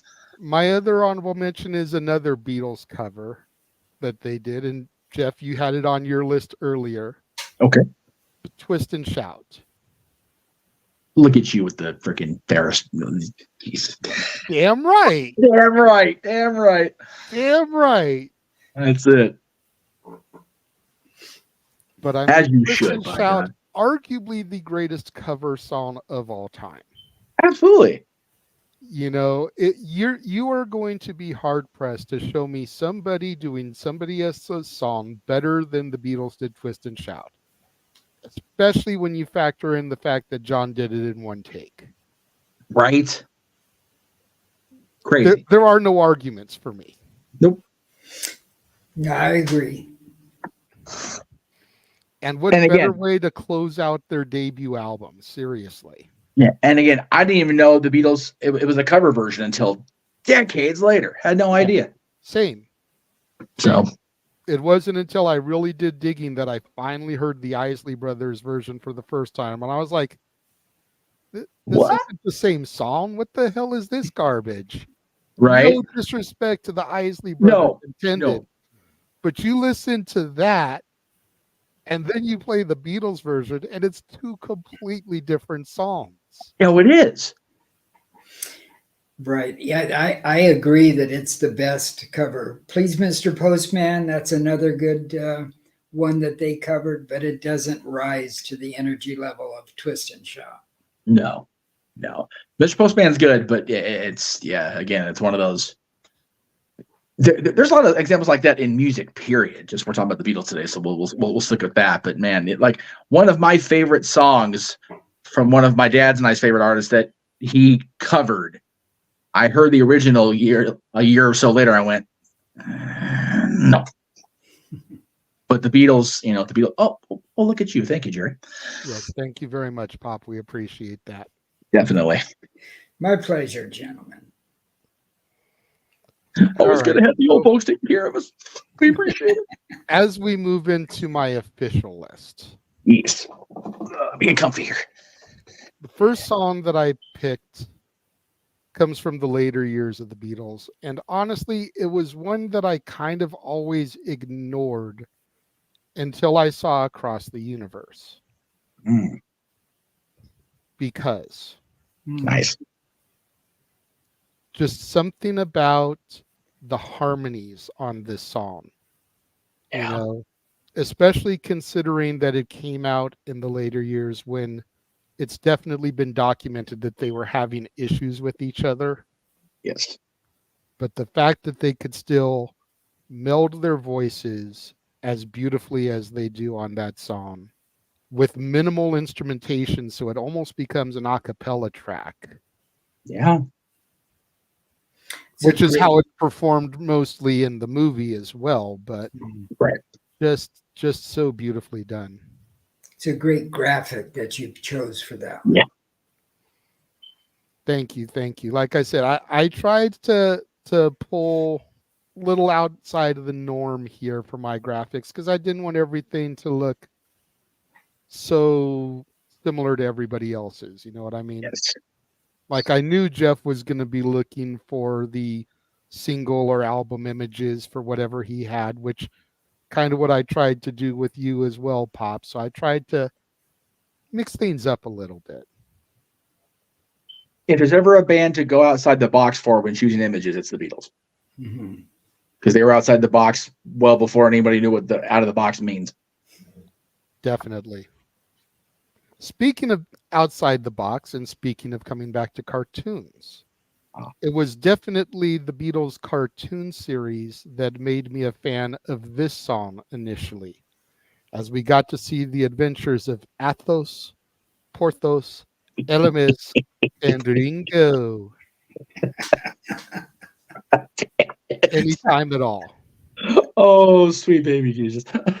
Now you're going to make me watch the cartoons again. I know, right? I'm going to go find these things. I mean, is that really such a bad thing? No, that's fair. That's fair. But anytime at all, it again, very, very upbeat, very, very rockin'. That's definitely going to be a theme for a good chunk of my music here, my songs. There's those other ones that are a little bit on the slower side, but the rowdy, the raucous, the drums really hit on that one. Oh, yeah. You know, if you need a shoulder to cry on, I hope it will be mine. It's like I'm there for you regardless, anytime at all. You got to do is call and I'll be there. Right on. You know, Yeah, it's a I've tried to be that way with my friends in my life. And Absolutely. sometimes you can't be there every time, anytime, but more often than not, I try to have that philosophy. So It's a song about friendship. It's exactly what it's about. True friendship. All you got to do is call, you know, anytime. There's a reason that I've really leaned into my friend Catherine calling the people in my life family, because that's what they've become. And this song is a great way to musically illustrate that thought process. We use the phrase family of choice. Yes. Because we have blood family, and then we have a family of choice that we have chosen to come in to be part of the family. And we have them in Albania, we have them in Indonesia. So we consider we have family of choice all around the world. Absolutely. The universe of media is family of choice. Yeah, and that idea sprung out of the folks in the casa, and Mikey and JJ and I all calling each other brother, and you know, Teresa being the only person I've ever called sister in my entire life. I never had a biological sister. So yeah, all the kids that hung out at the casa always called me either Pop or Dad. Yeah. You know, Bruce and all of them. Yeah, Bruce is my brother from another mother, and you know that takes on a whole other terminology when it comes to him. But you know, it's Bruce's family. He is, and everybody is at this point. For number 8, we slow things down just a little bit again, and we go back to Across the Universe. Another song from the White Album. It's not the movie that made me love it. I loved it already, but wasn't a single, wasn't performed because it came after performances. So this is where I went for my image. But Dear Prudence. Nice. Good choice. I like that. You know, just again, beautifully done. The story behind it and the shenanigans that were going on in India, and Prudence Farrow locking herself in her room, not wanting to come out. So just context is key, but still something beautiful out of the situation came. So people don't realize how far deep the Beatles tracks cut until you do something like this and you deep dive. You go, whoa. Yeah. So another great example of something like that. It's good stuff. I love it. Interestingly, the Beatle ashram in Rishikesh is still there, although it's closed down and fenced off. But when Mimi, my wife, was doing her yoga training in Rishikesh, she was able to travel up there and kind of nose around the no trespassing area. But it still stands there in Rishikesh, India. nice. I just got a new DVD. Actually, I got it for Christmas and haven't watched it yet. But it's called The Beatles in India. And it goes all around that time frame. So I'm looking forward to watching that. Okay. Number seven, we're definitely going to get a little bit weird for a moment. You know, you touched on the title track from this movie and the movie being what it is, but I Am the Walrus. Yeah. Huh? I am he as you are he as you are me, and we are all together. The hell did you just say? Huh? The last line makes sense, though. We are all Right. together. I like that philosophy. But it's like, See how they run like pigs from a gun? It's like, oh, okay. This was definitely some nonsensical stuff, Yeah, goo goo goo. but even in its nonsensical nature, Yeah. it still made for a musically fantastic song. Yes. Yeah. The little intro of the piano there, and then the way Ringo kicks in with the drums. Like, okay, I can feel where this is going. I can only imagine someone listening to this for the first time is like, okay, I like how this is starting. It sounds like it's going to be good. I am, he is, you are, he. What the hell are you going on about? Change the channel. Ruining, yeah. But Ruining, seriously, you've got to just sit back and listen to it. And like you talked about Magical Mystery Tour, just go on this ride. Mm-hmm. Yeah. The whole movie, the whole album is just such a trip. and And you've got to buckle yourself up and commit to going on the ride. Yeah. And you're not disappointed once you get off the ride. No. Because as weird as it may be, you were still entertained. That's right. Yes. And here's another clue for you all. The walrus was Paul. Yeah.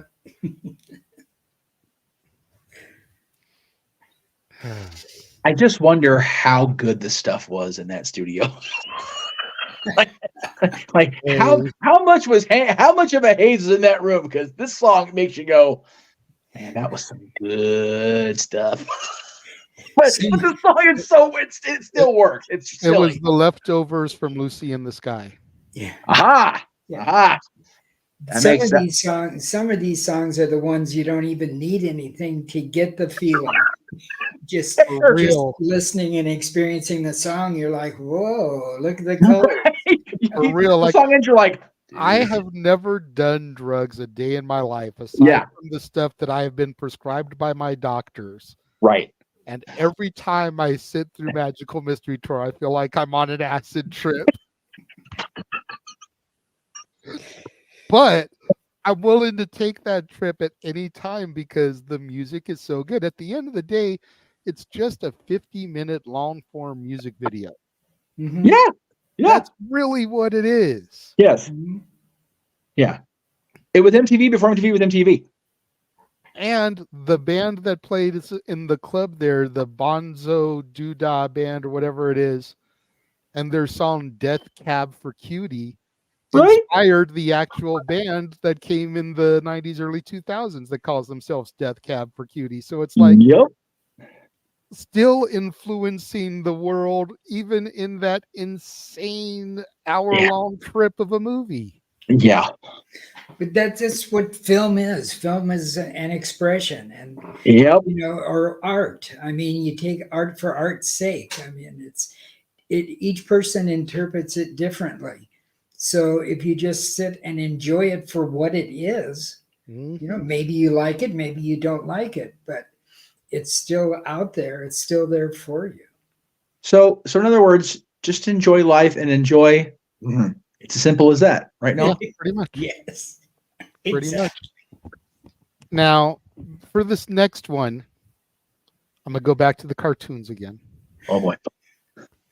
I've kind of over the years pinpointed, whether people believe me or not, but kind of pinpointed where my love and fascination for certain things come from.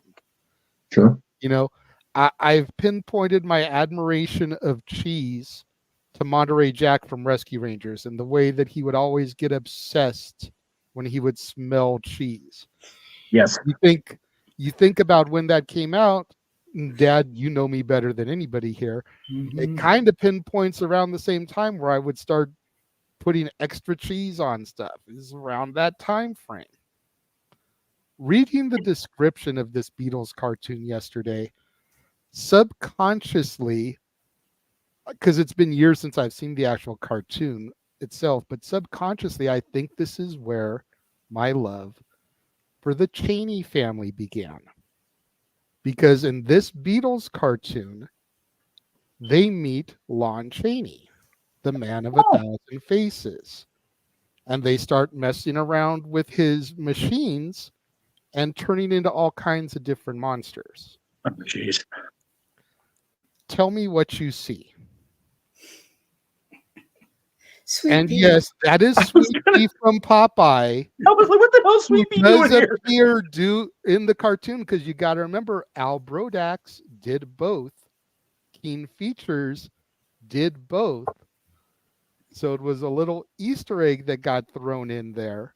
That's funny. Sneaking Sweet Pea into the cartoon. But going back to the Cheney thing, tell me what you see. I think kind of subconsciously, before I really started to develop my love for the Wolfman and everything, it's maybe where my first introduction to Cheney came from. And I love this song because everybody talks about Rubber Soul and Revolver as being what really changed the history from the Beatles. This song was towards the end of the Help album, and I feel that if you really listen to it, it kind of foreshadowed what was to come on Rubber Soul. That's fair. The harmonies, the organ, definitely a more stripped back sound. Yeah. It just kind of foreshadowed creatively where they wanted to go. It's just the Help album wasn't a compilation of that sound. This was a throwaway track that was kind of like done early, like, oh, let's throw it on here. And then we get to Rubber Soul, which is like all that sound. Yeah. Yeah. And I've always just really loved that song. It's a really good point. I need to go back and watch these. I haven't even thought about Sweet Pea in 15 years. And it's like, we all recognize her immediately. Yeah, it's like that is Popeye's baby, by God. Like, you know what's up.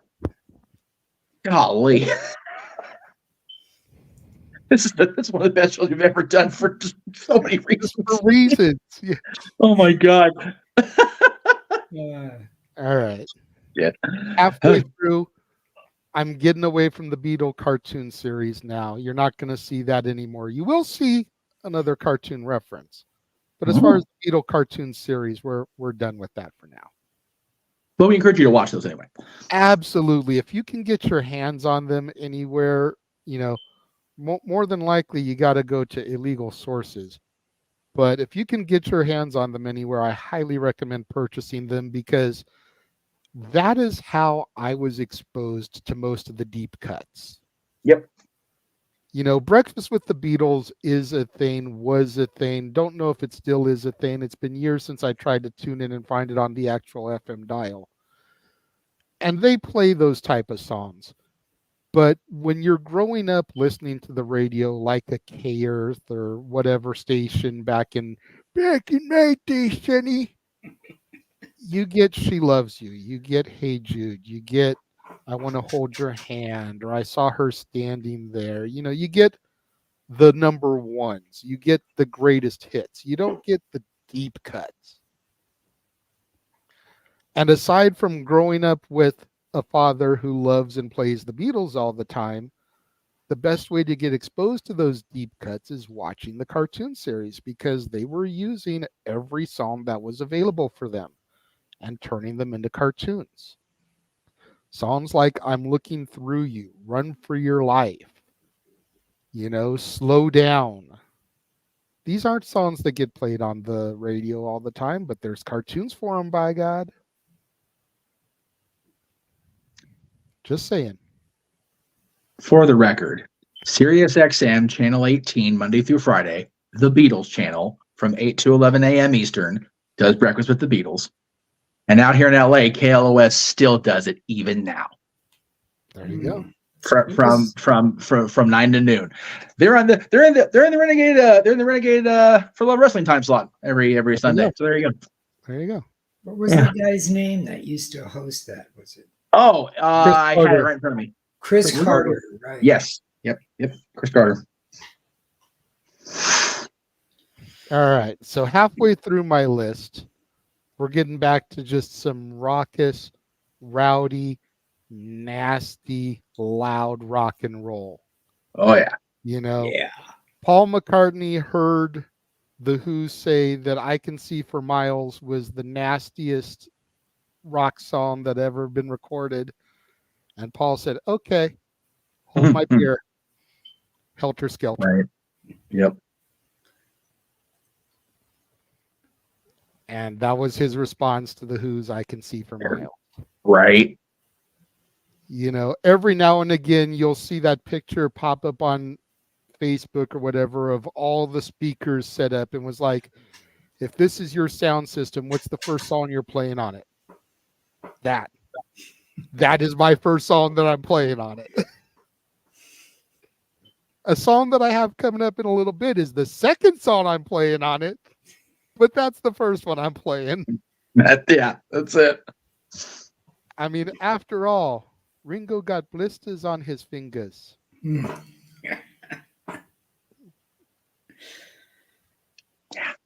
But just Definitely a heavy metal staple. So many bands have covered it. Oh my God, yeah. Again, you want to talk about early heavy metal before heavy metal was a thing. And this one probably even transcends hard rock definition and truly is heavy metal. Helter Skelter. Oh God, yeah. Yeah, absolutely. By the way, gents, Chris Carter still hosts Breakfast with the Beatles. Even now. He's still hosting it even now. He took over for Deidre O'Donoghue in 2001, but he's still the other one. I couldn't remember her name. That was who we originally listened to. Yes. Deidre. Yeah, Deidre. But yeah, Chris has been hosting it, and he was on KNX when he started, but now they're on KLOS in that Sunday slot now. There you go. Crazy. God, I remember hearing about Breakfast with the Beatles from Dylan's maternal aunt, because her playing it in the car on a car trip ruined it for Dylan's mother, like completely ruined the Beatles for her all the time. Good. I mean, Bakerfield's a long drive. We can all agree to that. Just, I mean, not from where I'm living right now. Well, not now for you. Yeah, sure. But from anywhere south of you, I guess. It's a long drive. And just every Sunday. We used to listen to it every Sunday morning on our way to the swap meet. Yep. Oh my God. Wow. Okay. We're going to get way lost in the weeds here. Yeah. Jesus. Sunday swap meet. All right. Coming in at number 4 is a sentimental song. And whenever I hear this one, I'm not trying to get mushy or nothing here, but whenever I hear this, I always think about Uncle Mikey. Oh, you know, my Mikey Caldwell. Yes. You know, I think about Natalie's Uncle Mikey. Yes. And that's 2 of us. Aw, that's sweet. You know, there have been rumors that circulated that this is about Paul and Linda. I call horse shit. Yeah. I call complete and utter horse shit. You listen to the lyrics, you look at the way John and Paul look at each other in the original Let It Be cut as they're filming this. This song is about them. Oh, yeah. And despite the fact that the situation was becoming what it was becoming, and Yes. they were growing apart from each other, you and I have memories longer than the road that stretches out ahead. You know, 2 of us chasing paper, getting nowhere. It's like, this isn't about Paul and Linda. This is about them when they first started trying to become who they eventually became. Yep. Going back to that. I've always thought of this as about the 2 of them, about John and Paul. Yeah. It just makes sense. As you just said, if you really break out the lyrics, you know, it's their journey. Mm-hmm. So, number 3. Oh, go ahead, Jeff. I was like, I hadn't heard until years later about it. The rumors that it was about Paul and Linda. I always thought of this as John and Paul. Like that just kind of blows me away hearing that again. It's like, I don't think so. No. Yeah. I always thought about that too. And like you said, it wasn't until, I don't know, maybe the last 5 to 10 years. Yeah. I started hearing that was about Paul and Linda. It was like, nah, I call bullshit. Like that kid in the backseat of the car. That's that bullshit. Before you move on, total sidebar. Somebody at one of our wrestling favorites is watching this show. Bruce Pritchard's show is advertising the Love shirt, and the caption is "Love is all you need." SomethingToWrestleShirts.com. There you go. Stop watching our shit, Conrad. Anyway, carry on. All right, number 3, we get back to some rock and roll. Not near as loud and raucous as Helter Skelter, but a song that when I started to hear rumors about what it really was about deep down, I started paying a little bit more attention to it. And it just really, really grew on me and stuck with me as a result of it. And that's And Your Bird Can Sing. Ooh. Nice. And the rumor is that this was John's song basically to Brian Epstein. The Beatles were sick and tired of touring, and Brian wasn't listening because that's where the money was. You know, Right. But you can't see me, you can't hear me, you don't get me. It's like we're trying to tell you that we are sick and tired of being sick and tired. And if we can devote ourselves to the studio, to our craft, to evolving their sound into what they did with Rubber Soul, Revolver, Sgt. Pepper, we can make just as much money. You gotta let us evolve. But Brian knew that touring was the cash cow, and that's a whole lot of revenue that wasn't going to be made anymore. Again, that's the rumor of what it's about. Could not be about that at all. Could have just been some other lyrics that John threw together for an album cut. But when you listen to it with that perspective, it kind of makes sense. Because it was right around the time that the guys were getting tired of touring. Interesting. Yeah, that's a very interesting take. Food for thought. Oh yeah, and it sucks if I'm hungry.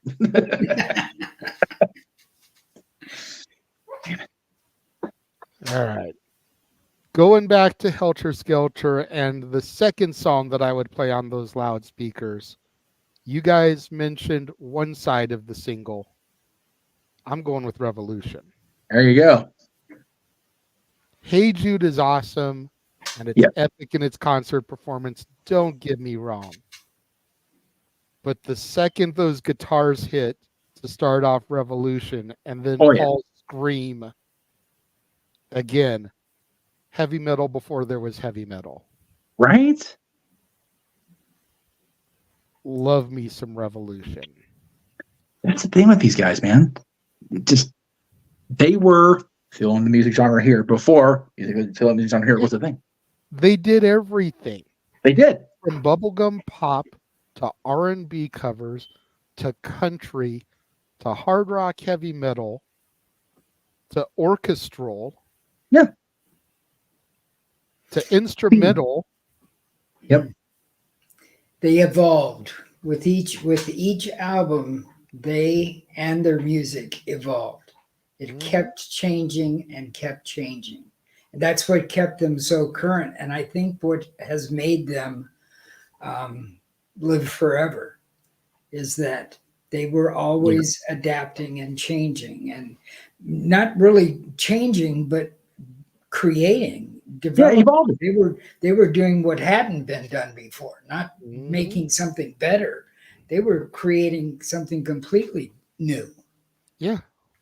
Yeah. It's I think a lot about if they had survived, John, what happened to him and George the cancer, if they were touring now, they would be the most diverse concert in history. Absolutely. Because these guys going out and playing all the hits from all their eras, we'd be at the concert for 5 hours. But, you know, but it would be this, okay, we're going to do this one, and then we're going to do this one over here that's completely on the other side of the spectrum, then we're going to come back here, and you'd be sitting there going, can't keep up, but don't care, love it, and, you know, and no one would be beautiful. Complaining. No, there'd be not. That would be the one greatest hits. They're playing the old shit. None of it's old. It's all timeless. I got a problem paying four figures for this because it's the friggin' Beatles. The Beatles could take the stage at Coachella and be the only act of the day. Yep. This is an interesting concept, an interesting thought. It's one of those, if there was ever a reason to fully support the idea of hologramming just so we can get this stuff back, it's this. Yeah. It's for real. You figure Paul McCartney puts on a 3-hour show covering Beatles stuff, Ween stuff, and post-Ween stuff, doing all the hits. Okay? A typical Beatle concert in the 60s was a half hour. Yeah. And people felt they got their money's worth. Yep. Imagine a 3-hour Beatles set. Yeah. Even if you just threw in like 1 or 2 of their solo songs to kind of buffer a transition, you know, let John do Imagine. Let John do Give Peace a Chance. Let Paul do Band on the Run, or maybe I'm Amazed. You know, let George do My Sweet Lord, you know, or something else. Yep. You know, What Is Life? Let Ringo do Photograph and the No song. Yes. In addition to their Beatles hits that you can find on 62 to 66, 67, 70, number ones. Like, you're easily there for about a 4-hour show and nobody is griping about it. Nope. Because even if people out there are not knowledgeable about the Beatles, like Josh Mansfield, who popped in earlier. Yeah. Whoever your favorite artist is that you listen to was in some way, shape, or form inspired by them. Absolutely. Even if it's a 6 degrees separation thing. Yeah. You know, the person you like was inspired by this band, who was inspired by this band, who was inspired by the Beatles. Yep. It's all trickle down. Absolutely. I hate to play the devil's advocate on that. Oh, But, okay. I'm Uh-oh. curious. But as much as maybe in 1980, 1990, I would have still loved to have seen a reunion. I can't imagine really a reunion now, if it were possible. Okay. I think it would be disappointing. Okay.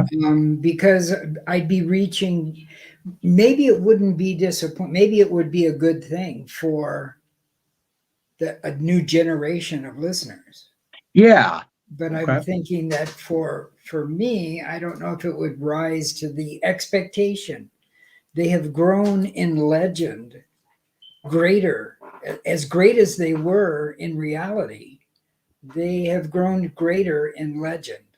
And sometimes it's really hard to live up to your legend. Jay and I talked about this when we talked about, I forget which particular show it was, when we talked about John's passing and the circumstances behind it and the sale of the record that grew out of that circumstance. Would the record have sold near as much had he not been assassinated? And you go, it was talking about Double Fantasy because that had come out a couple weeks before his passing. Right. It had been super anticipated before his we knew it was being recorded.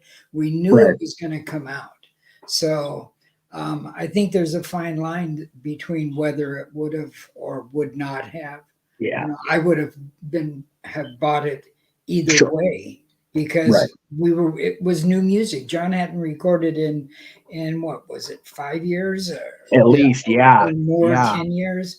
It had been quite a while. And so Beatle fans were really, really looking forward to the new John music. And to your point, they have grown in legend in large part because there hasn't been new stuff to compare to. Had John not been killed, had they found their way back to each other even before George got sick and passed away, would it have lived up to the Beatles? We'll never know. And that's a valid point that you make, Jerry. It's like, had they done the big reunion tour like the Eagles have done, would it have lived up to it? If you ask an Eagles fan like my father, Hell Freezes Over did. Everything else after kind of just like was there. And that's coming from me, who was willing to pay way too damn much money to go see them at the Forum earlier this year. That's an interesting question to pose, and I think it's a valid discussion point. Would the Beatles have had that big reunion moment had the opportunity been there? Don't get me wrong, I would buy the ticket. Oh, hell yeah. I would buy the ticket. I know you would. I don't know that George would do it. George never liked touring at all. Right. Paul and Ringo would probably sign up for it, because Paul loves performing. Yes. Ringo still loves performing. Yep. John's always been enigmatic and hard to predict, where he might be at this time.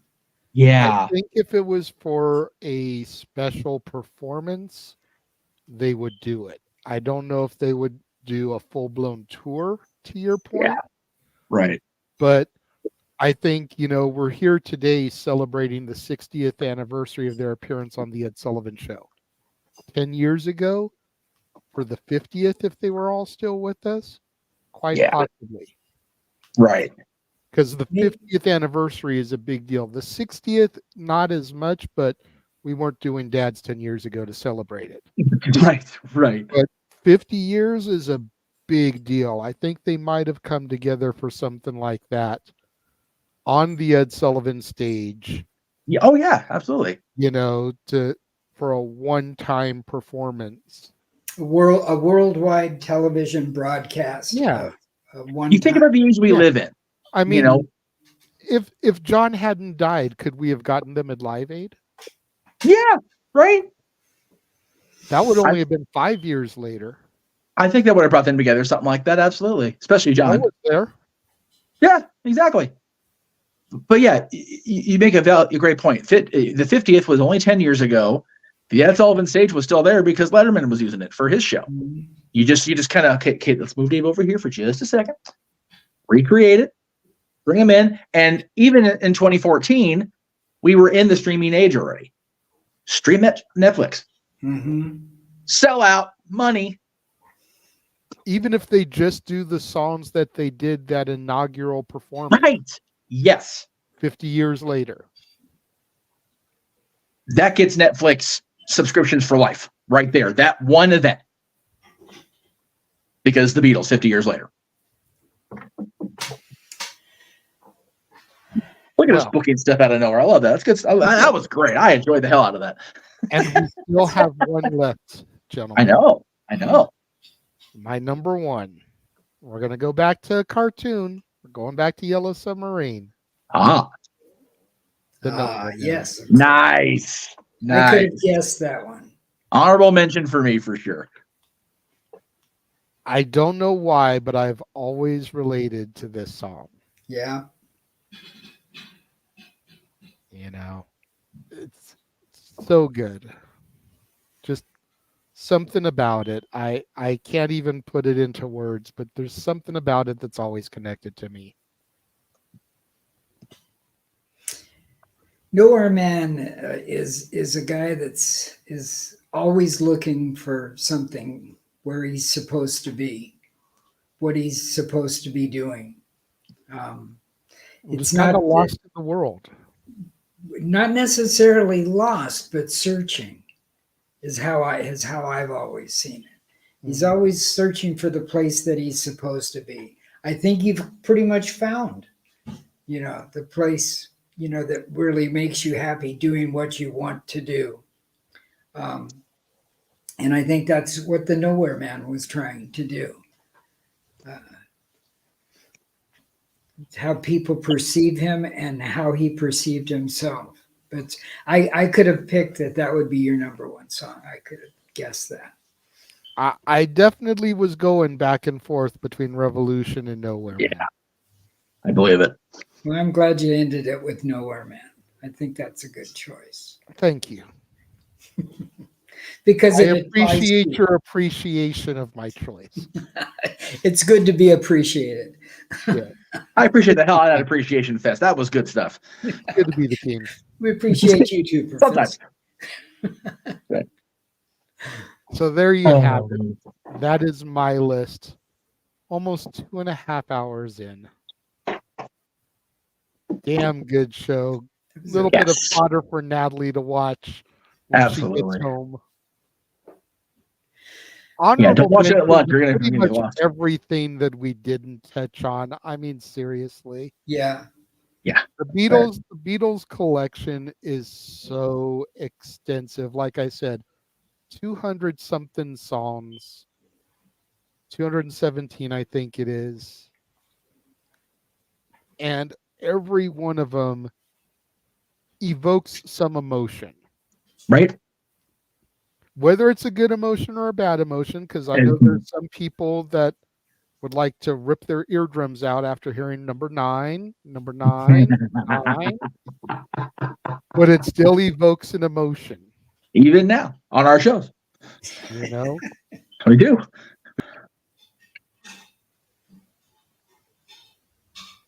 Oh, that's too funny. Good shit, pal. That's good shit. That's right. This Bertie. has been fun. It's been fun. Yeah, that we should just put a footnote, honorable mention, every other song they ever recorded. Right. Yeah, Pretty much. Yeah. And it doesn't matter what era it was either. Again, like if you go back to the Please Please Me album and listen to their discography track for track, album by album, you see the evolution. Yes. From Love, Love Me Do, Please Please Me, With Love From Me to You, to All My Loving and Don't Bother Me, and then you switch it up and you get to A Hard Day's Night and Help, and You're Gonna Lose That Girl is one I was heavily contending with. Right. Then you get into Rubber Soul, Revolver, Sgt. Pepper, Magical Mystery Tour, the White Album, and just in I think it's in Hollywood or Culver City. It's where Al Jolson is buried. If you guys know who Al Jolson is. Oh yeah. He has a structure built above him, and Mammy plays all the time at his burial site. Yeah, I think he's a Hollywood Forever, if I remember right. Okay. Yeah. I've been to that sounds Hollywood right. Forever. I would have to double check that. It's been a while since I've been though. Yeah, if he's not there, then Culver City would be the other. I've only been a couple times, so I have to just thinking about all the songs that right. I'll be ashes out at sea, so there won't be any giant memorial. But if there was, they could just play Beatles music all the time. I mean, the sea creatures need some music too, so why not? Yeah. All we need is Love and Beatles music, and we're good to go. Just put Yellow Submarine and Octopus's Garden on loop. That is a hell of a pun, and I'll take it. It's good stuff.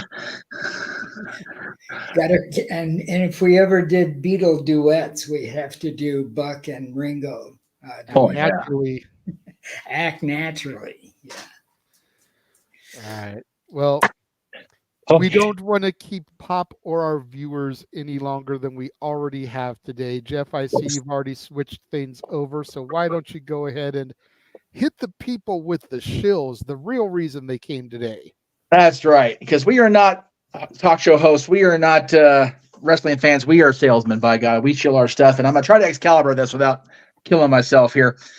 Before we get to the shows across the multiverse of media, I do want to thank everybody for tuning in today, of course, across both our channels and our various social medias. We want to, of course, thank Jerry for coming in and providing his expertise as a connoisseur in the moment of the Beatles, because man, it was a time, and I am so appreciative we were able to have you here, and hopefully we can collaborate more with you, because your insights are so treasured.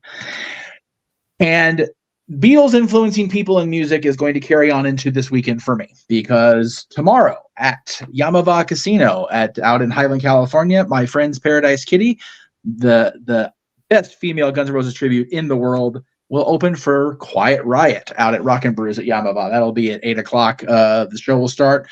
We're supposed to do doors at 6, it looks like, so I get to be there all day. Yay me. Our friends through Paradise Kitty, Ariel Belvedere, and the LA Dolls will be at the Topanga Social at Topanga Mall during the Super Bowl and the extensive coverage. It's going to start probably about 10 minutes from now, knowing CBS. So be on the lookout for them in Topanga on. What are you talking about? The coverage started last week. That's fair. That's fair. But we'll get to our own coverage here momentarily. Another recent addition to my friends list, the Pinktastic Plastics. That's a hell of a thing to say. We'll be at the Notorious Whiskey A Go-Go coming up this coming Friday, or actually a week from today, February 16th, and their new video will drop on Wednesday. And my other friends, Jesse Fury and The Sound, featuring my buddy Nikki Stevens, will be at the Mint on Wednesday, February 21st. Deep breath. Okay, our stuff now. Tomorrow, JJ, of course, will host a moderate open mic night. Not that there's anything to talk about this week or anything, so he'll be very bored for that time. You know, it's I don't know what you're going to discuss, dude. But, you know, it's going to be a quiet week.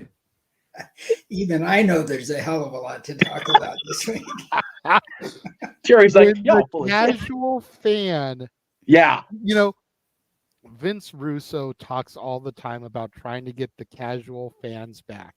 When the casual fan knows that there is shit to be discussed, you know there is shit to be discussed. Stuff went down this week, y'all. So if you missed it and want to talk about it, Mo, he's your guy. So check it out tomorrow night. I will do my best to pop in because, you know, the kiddies keep me busy and I'm selling t-shirts, and I'll probably hopefully have a casino type sales night, which would be wonderful. Sunday, our brother, we talked about him earlier, the family, Uncle Mikey, Stat Boy, will be providing play-by-play as we, for the first time in multiverse history, cover something other than wrestling for a full detail watch-along as the San Francisco 49ers and the Kansas City Chiefs do battle in Super Bowl 58. We highly encourage you to check out Stat Boy's coverage. Of course, watch it on television. I know CBS and Nickelodeon are covering it, depending on who your audience is at home. You can watch either one. Just mute the commentary and listen. For real. I mean, CBS's coverage is like. I am so happy for Mikey because he wanted to do this for a while. He did. You know, I've mentioned this a few times when it's come up, but Pop's here. I know he knows. Mikey's been wanting to do stuff like this for a while, but we've always told him it had to be something major. You know, you're not just going to cover, you know, the Rangers and the Dodgers and freaking April baseball. Yeah, no, it's freaking meaningless. You're not doing that. But if the ratings are big for the Super Bowl coverage that he does, maybe we'll do the World Series. Maybe we'll do the Stanley Cup Finals. Maybe we'll do the NBA Finals. Wimbledon, Indy 500. Major sporting events very well could end up being the next evolution, some we've talked about a few times today, of the multiverse of media. But you guys have to want it. You guys have to watch it. You guys have to like the video, share the video, show your love with super chats on the streams. Let Statboy know that you appreciate the work he's doing. Otherwise, it's a one and done. It's a one-hit wonder. Doing that thing you do. On the topic of evolution, for folks that have been tuning into DADS and haven't tuned in a while, JJ's weekday coverage has evolved from the movie reviews to he's covering wrestling.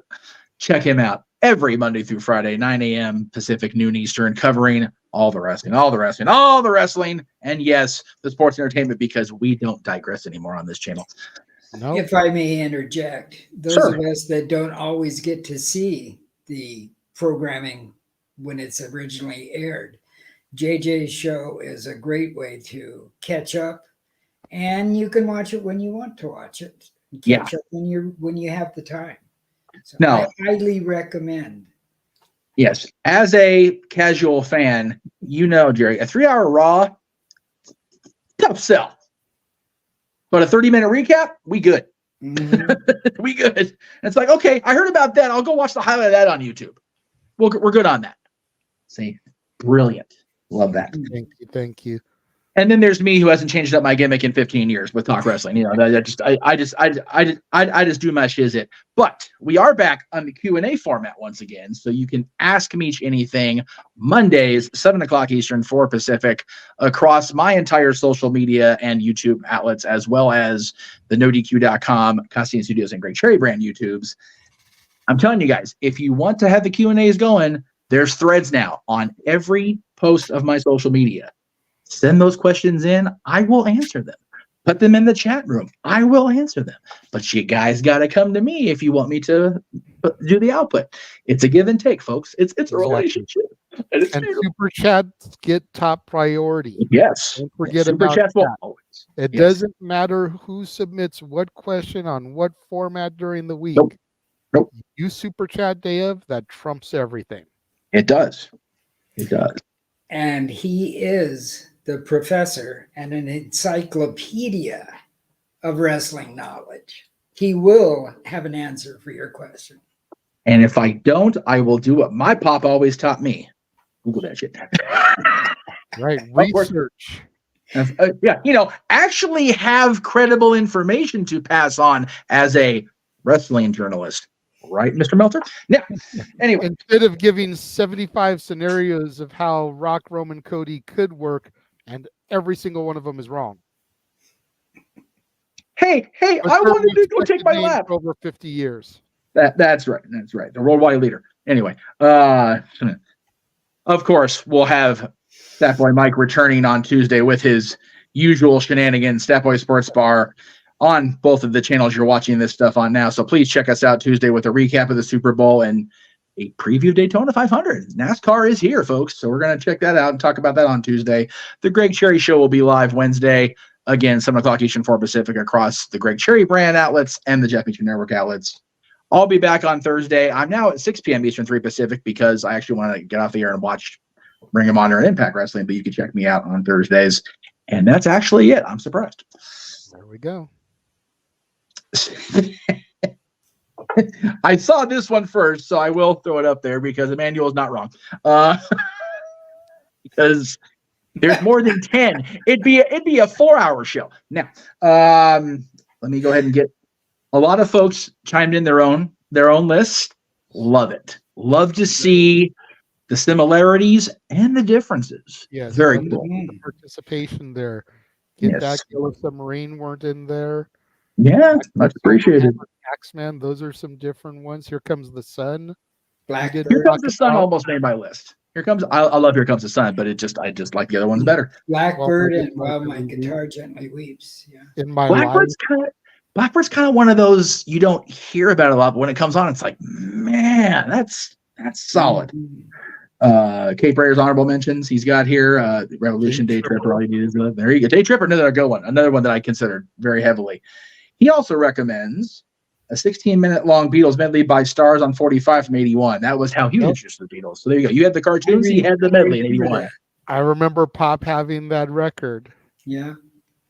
And a solid question here that I want to make sure, because I remember distinctly the Eagles feeling compelled to come back because of Common Thread, the country tribute album that was put out by various artists of the time. What songs in the Beatles catalog would you guys consider that really influenced country music, or any particular song or artist? Were influenced by country music. Right. That has to be What Goes On. What Goes On is definitely one. Act Naturally, because that was a cover of a Buck Owens song. Bungalow Bill. Rocky Raccoon. Rocky Raccoon. Mother Nature's Son, of course, we touched on earlier. Mhm. Born a Poor Young Country Boy. Again, they influenced so much, but they were influenced by so much as a result at the same time. Yeah, Just- definitely. Yeah, They as we are- said, everything changed when they came out. But if there hadn't been a Little Richard and Chuck Berry. Chuck Berry, especially Little Richard and Chuck Berry, the Beatles wouldn't have evolved or became either. So once again, we can thank Marty McFly for everything in our world. So thank you, Marty McFly, for singing that song at Hill Valley High School and having Marvin Berry hear that sound and giving it to his cousin. Marty, I bet he had blisters on his fingers too. right? And now the crowd may not have been ready for it, but the kids, they loved it. That's it. Kids are going to love that stuff. On that note, Yes, because I actually did remember the Marty McFly song this time on Dad's, unlike before, I forgot. so since there's dads on wrestling, maybe there's going to have to be a pop on everything else. Ooh, there you go. I'm here for that. I'm here for the content. Absolutely. Just joking. Oh, Hey, you just say the words, sir, and we will give you your monthly feature on the channel. hey, Aaron's dad had a monthly thing. Why not, man? We got this. My dad would, but my dad's no, he wouldn't. I take that back. He wouldn't. But we thank you. digress on that one. Yes, that we will digress. Thank you all for listening today. Thank you all for watching today. If you're watching on demand, we appreciate that too. We will see you guys all weekend long with open mic night and the Super. God, I can't believe the Super Bowl's already here. It's crazy.